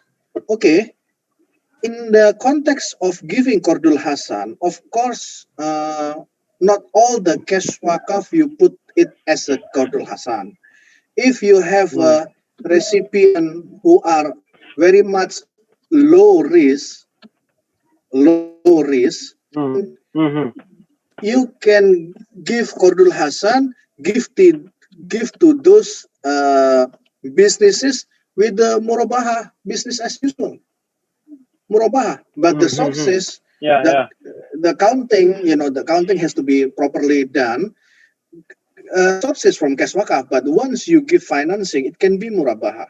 And in murabaha, you are allowed to get profit, right? The profit that you earn from murabaha, allocate some portions for reserve in case in Qardul Hasan got defaulted, in other financing got defaulted, you can take this reserve so that you can maintain the cash Waqf funds. So that's my comment. Later on, I'll share you my video. Thanks. Maybe you have a comment, Dr. Hakimi. Yeah, thank you, Prof. Raditya. I'm really appreciate it. I just want, in Malaysia as well, we have one practice in Perak. They do cash Waqf for boat, to buy boat to fishermen. Okay, how they channel the Waqf fund? They give the fund in order to mitigate the risk through the cooperative, right? So the cooperative will manage in terms of the purchasing of the boat, and from there, there's the combination between the cash Waqf and also with the operation within the cooperative. Yeah, so I agree with you, Prof. Raditya. So that's why, in terms of the low risk for the fisherman society, it will manage by the cooperative, right? Not from right. Yeah. Right. Thank you, Prof. All right. Okay. Okay, thank you very much. Any other comments or questions from our speakers before we move to the attendees' questions? Okay. Kusugi-sensei, please, Professor. Dr. Hakimi, thank you very much for very, very nice presentation. I appreciated that very innovative way of thinking Waqf and Qard Hasan fitting into contemporary conditions. Let me ask one question, which is a continuation from our discussion last year. Recently, I started to have a curiosity on the issue of why Fuqaha, in a traditional way, insisted on Waqf as a particular category for doing good, because Waqf is considered as a form of Sadaqah Jariyah, right? But when they talk about Waqf, it is about a property right. You see, it is about how to originate funds for good purposes. Waqf is not a category of the purposes, right? Now, in your inclusive Islamic welfare, that's basically argument for that the good purposes. It's not about that how to get the fund originally. Yeah. Yes, now here, I have here now in the legal rules of Waqf, we have usually we give a power of influence for Waqf. Someone who donate Waqf has a lot of things to say. Now, if it is a hiba or sadaqah, they don't really have anything to say. If it's give, that's all. Now, but I think that this part of Waqf rules were developed historically because of this concept was made around the question of property right, not because of the welfare purposes. I think that part might need to be reconsidered to have a better management of the Islamic welfare in contemporary conditions. What would you say? Yes, Sensei. I absolutely agree with you, because when Sensei mentioned about the property right, if we look at why people do Waqf, because of piety to their name, the Sultan makes to put their name and to protect through the instrument of family Waqf. I believe Professor Monzo also mentioned about these things. So, but now we want to argue how Waqf can play roles in terms of the for the welfare, for the social benefits, for the profit, sustainability. So I believe that's a crucial point here, Sensei.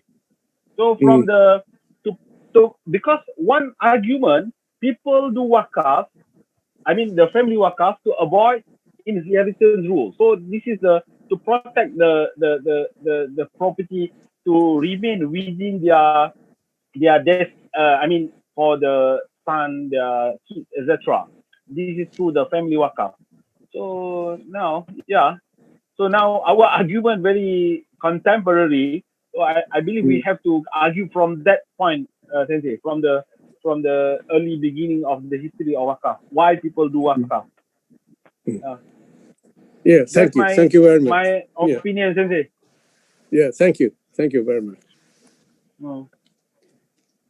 Okay, thank you very much, Professor Kusugi and Dr. Hakimi. Any other comments or questions from our speakers?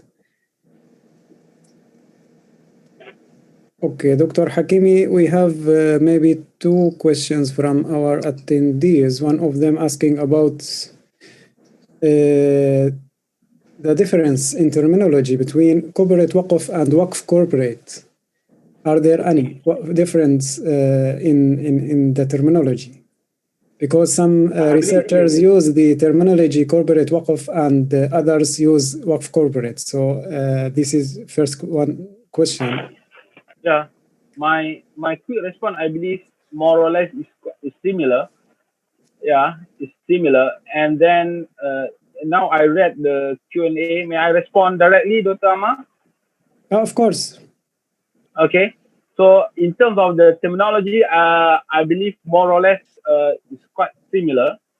And then I don't know others opinion. Maybe Prof. Kosugi, Prof. Aditya, Prof. Ramatina probably have their different point of view. In terms of the form of institution is the best in corporate Waqf concept, venture capital bank, because the corporate Waqf that we have in terms of the real practice coming from the corporate company, not from the bank. So I believe this is how Johor Corporation, for instance, now they do shares Waqf. So this is the late Ali Hashim, Tan Sri Ali Hashim. The corporate means the company, okay, regard their shares as a part of Waqf. So this is like maybe the private equity. And then if a recipient from the Norma did failure in business and recipient not able to pay back, how it is. So in the contract of Fardhu Hasan, I believe this is a reward from God, Allah Subhanahu Wa Taala, but it must be done. Is not you have to purposely make it the business failure. So that's why I propose we have to have the incubation program in order to mitigate the risk. So that's why we have to have the ecosystem. Maybe the Waqf fam, Prof. Raditya already mentioned how Waqf, Fardhu Hasan, Murabah can put together in the one comprehensive framework. So we have to have another contract that can back up with the failure. That's my response from the audience here. Okay, thank you very much. I have one last Yes, just please. suggestion, not comment to Dr. Hakimi. If you put this as your research with your student, I would suggest you add the treatment of zakat between the two, Waqf and Qardul Hasan, and how is the impact of the zakat on those two instruments. Just my short comments, Dr. Hakimi. Yeah, thank you, Prof. Raditya. Basically, for this purpose, I just want to throw briefly, it's not kamikaze, to this this platform to put Waqf and Qardul Hasan together, because I know we have my Prof. Kosugi, Prof. Aditya that can give inputs to me, and now I believe my student also here. Yeah, thank you. So definitely I have to further on these things. But this one as well, we have, I don't know, this question, Ethan, the issue of probably this is quite interesting, Dr. Amar. The implementation of Waqf has created a huge impact on many investments, giving out land for the sake of building Islamic institution of finance. However, countries like Japan, Mongolia, and South Korea not able to adopt this approach as they do not have the sufficient knowledge or understanding of Waqf principles. My question, how could the nation in Japan, Mongolia, South Korea try to apply this Islamic fundamental? Government involved directly. Dr. Amar, the question from Ethan, I believe, is quite... Yes, I noticed that. Actually, I want to ask something similar to Professor Munzer, but the time was up. It's basically a question about implementing the Waqf or Zakat or any Takaful elements in the minorities society. So maybe we can ask Kosugi Sensei about that. How can we implement, or how can minorities societies such like Japan or South Korea handle these institutions like Waqf or Zakat?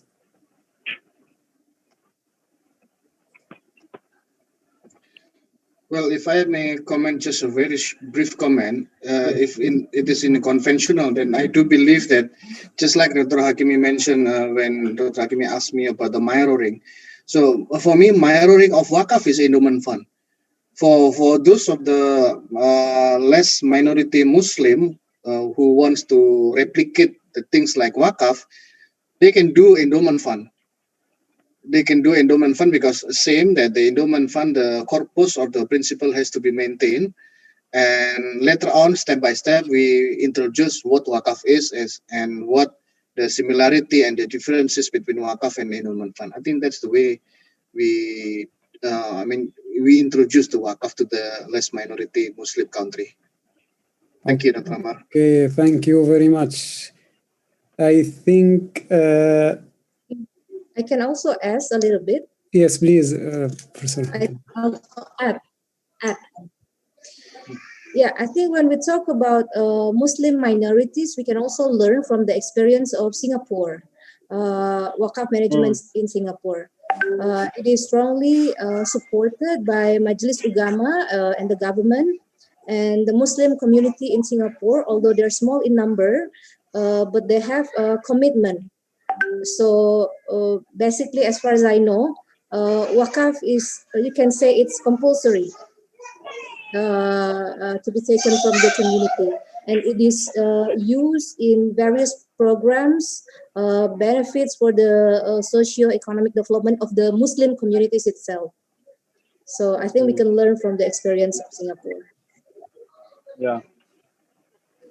Yes. I agree with Prof. Ramatina, because this initiative led by our friend as well, Dr. Shamsia Karim. So yeah, so yes, I believe yes. that the very put together the commercial activities within the compartment of mosque, and then review the mosque with the modern, that as a best practice from the minority country. Okay. And also the productive Waqf, yeah. Some very good case studies from Singapore.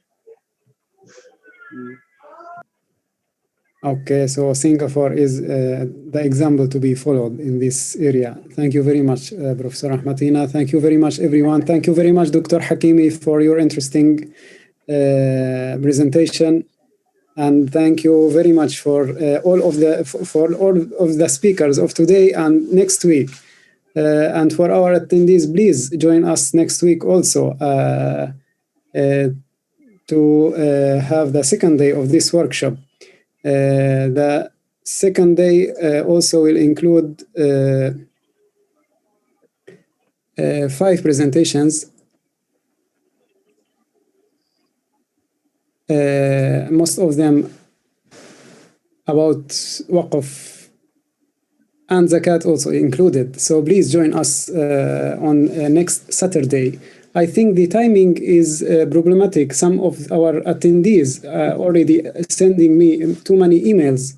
They are having difficulties in adjust with the timing, or they cannot join. I'm not sure. I will try to solve all of the technical issues. I suggest you put the GMT plus. GMT plus how much? GMT plus how many? GMT plus. GMT. Yeah, yes, GMT of course, the timing. The timing, yes. Okay, I will arrange the schedule according to that. Okay, thank you very much again. Thank you very much for our speakers, and please join us next week. Thank you. Jazakumullah khair. Thank you, Prof. Kosugi, Prof. Brewer, Dr. Hakimi, Prof. Ramatina. Thank you so much. Thank you. Prof. Dian, Prof. Salman. See you next week. See you, inshallah. All right. Assalamualaikum. Waalaikumsalam.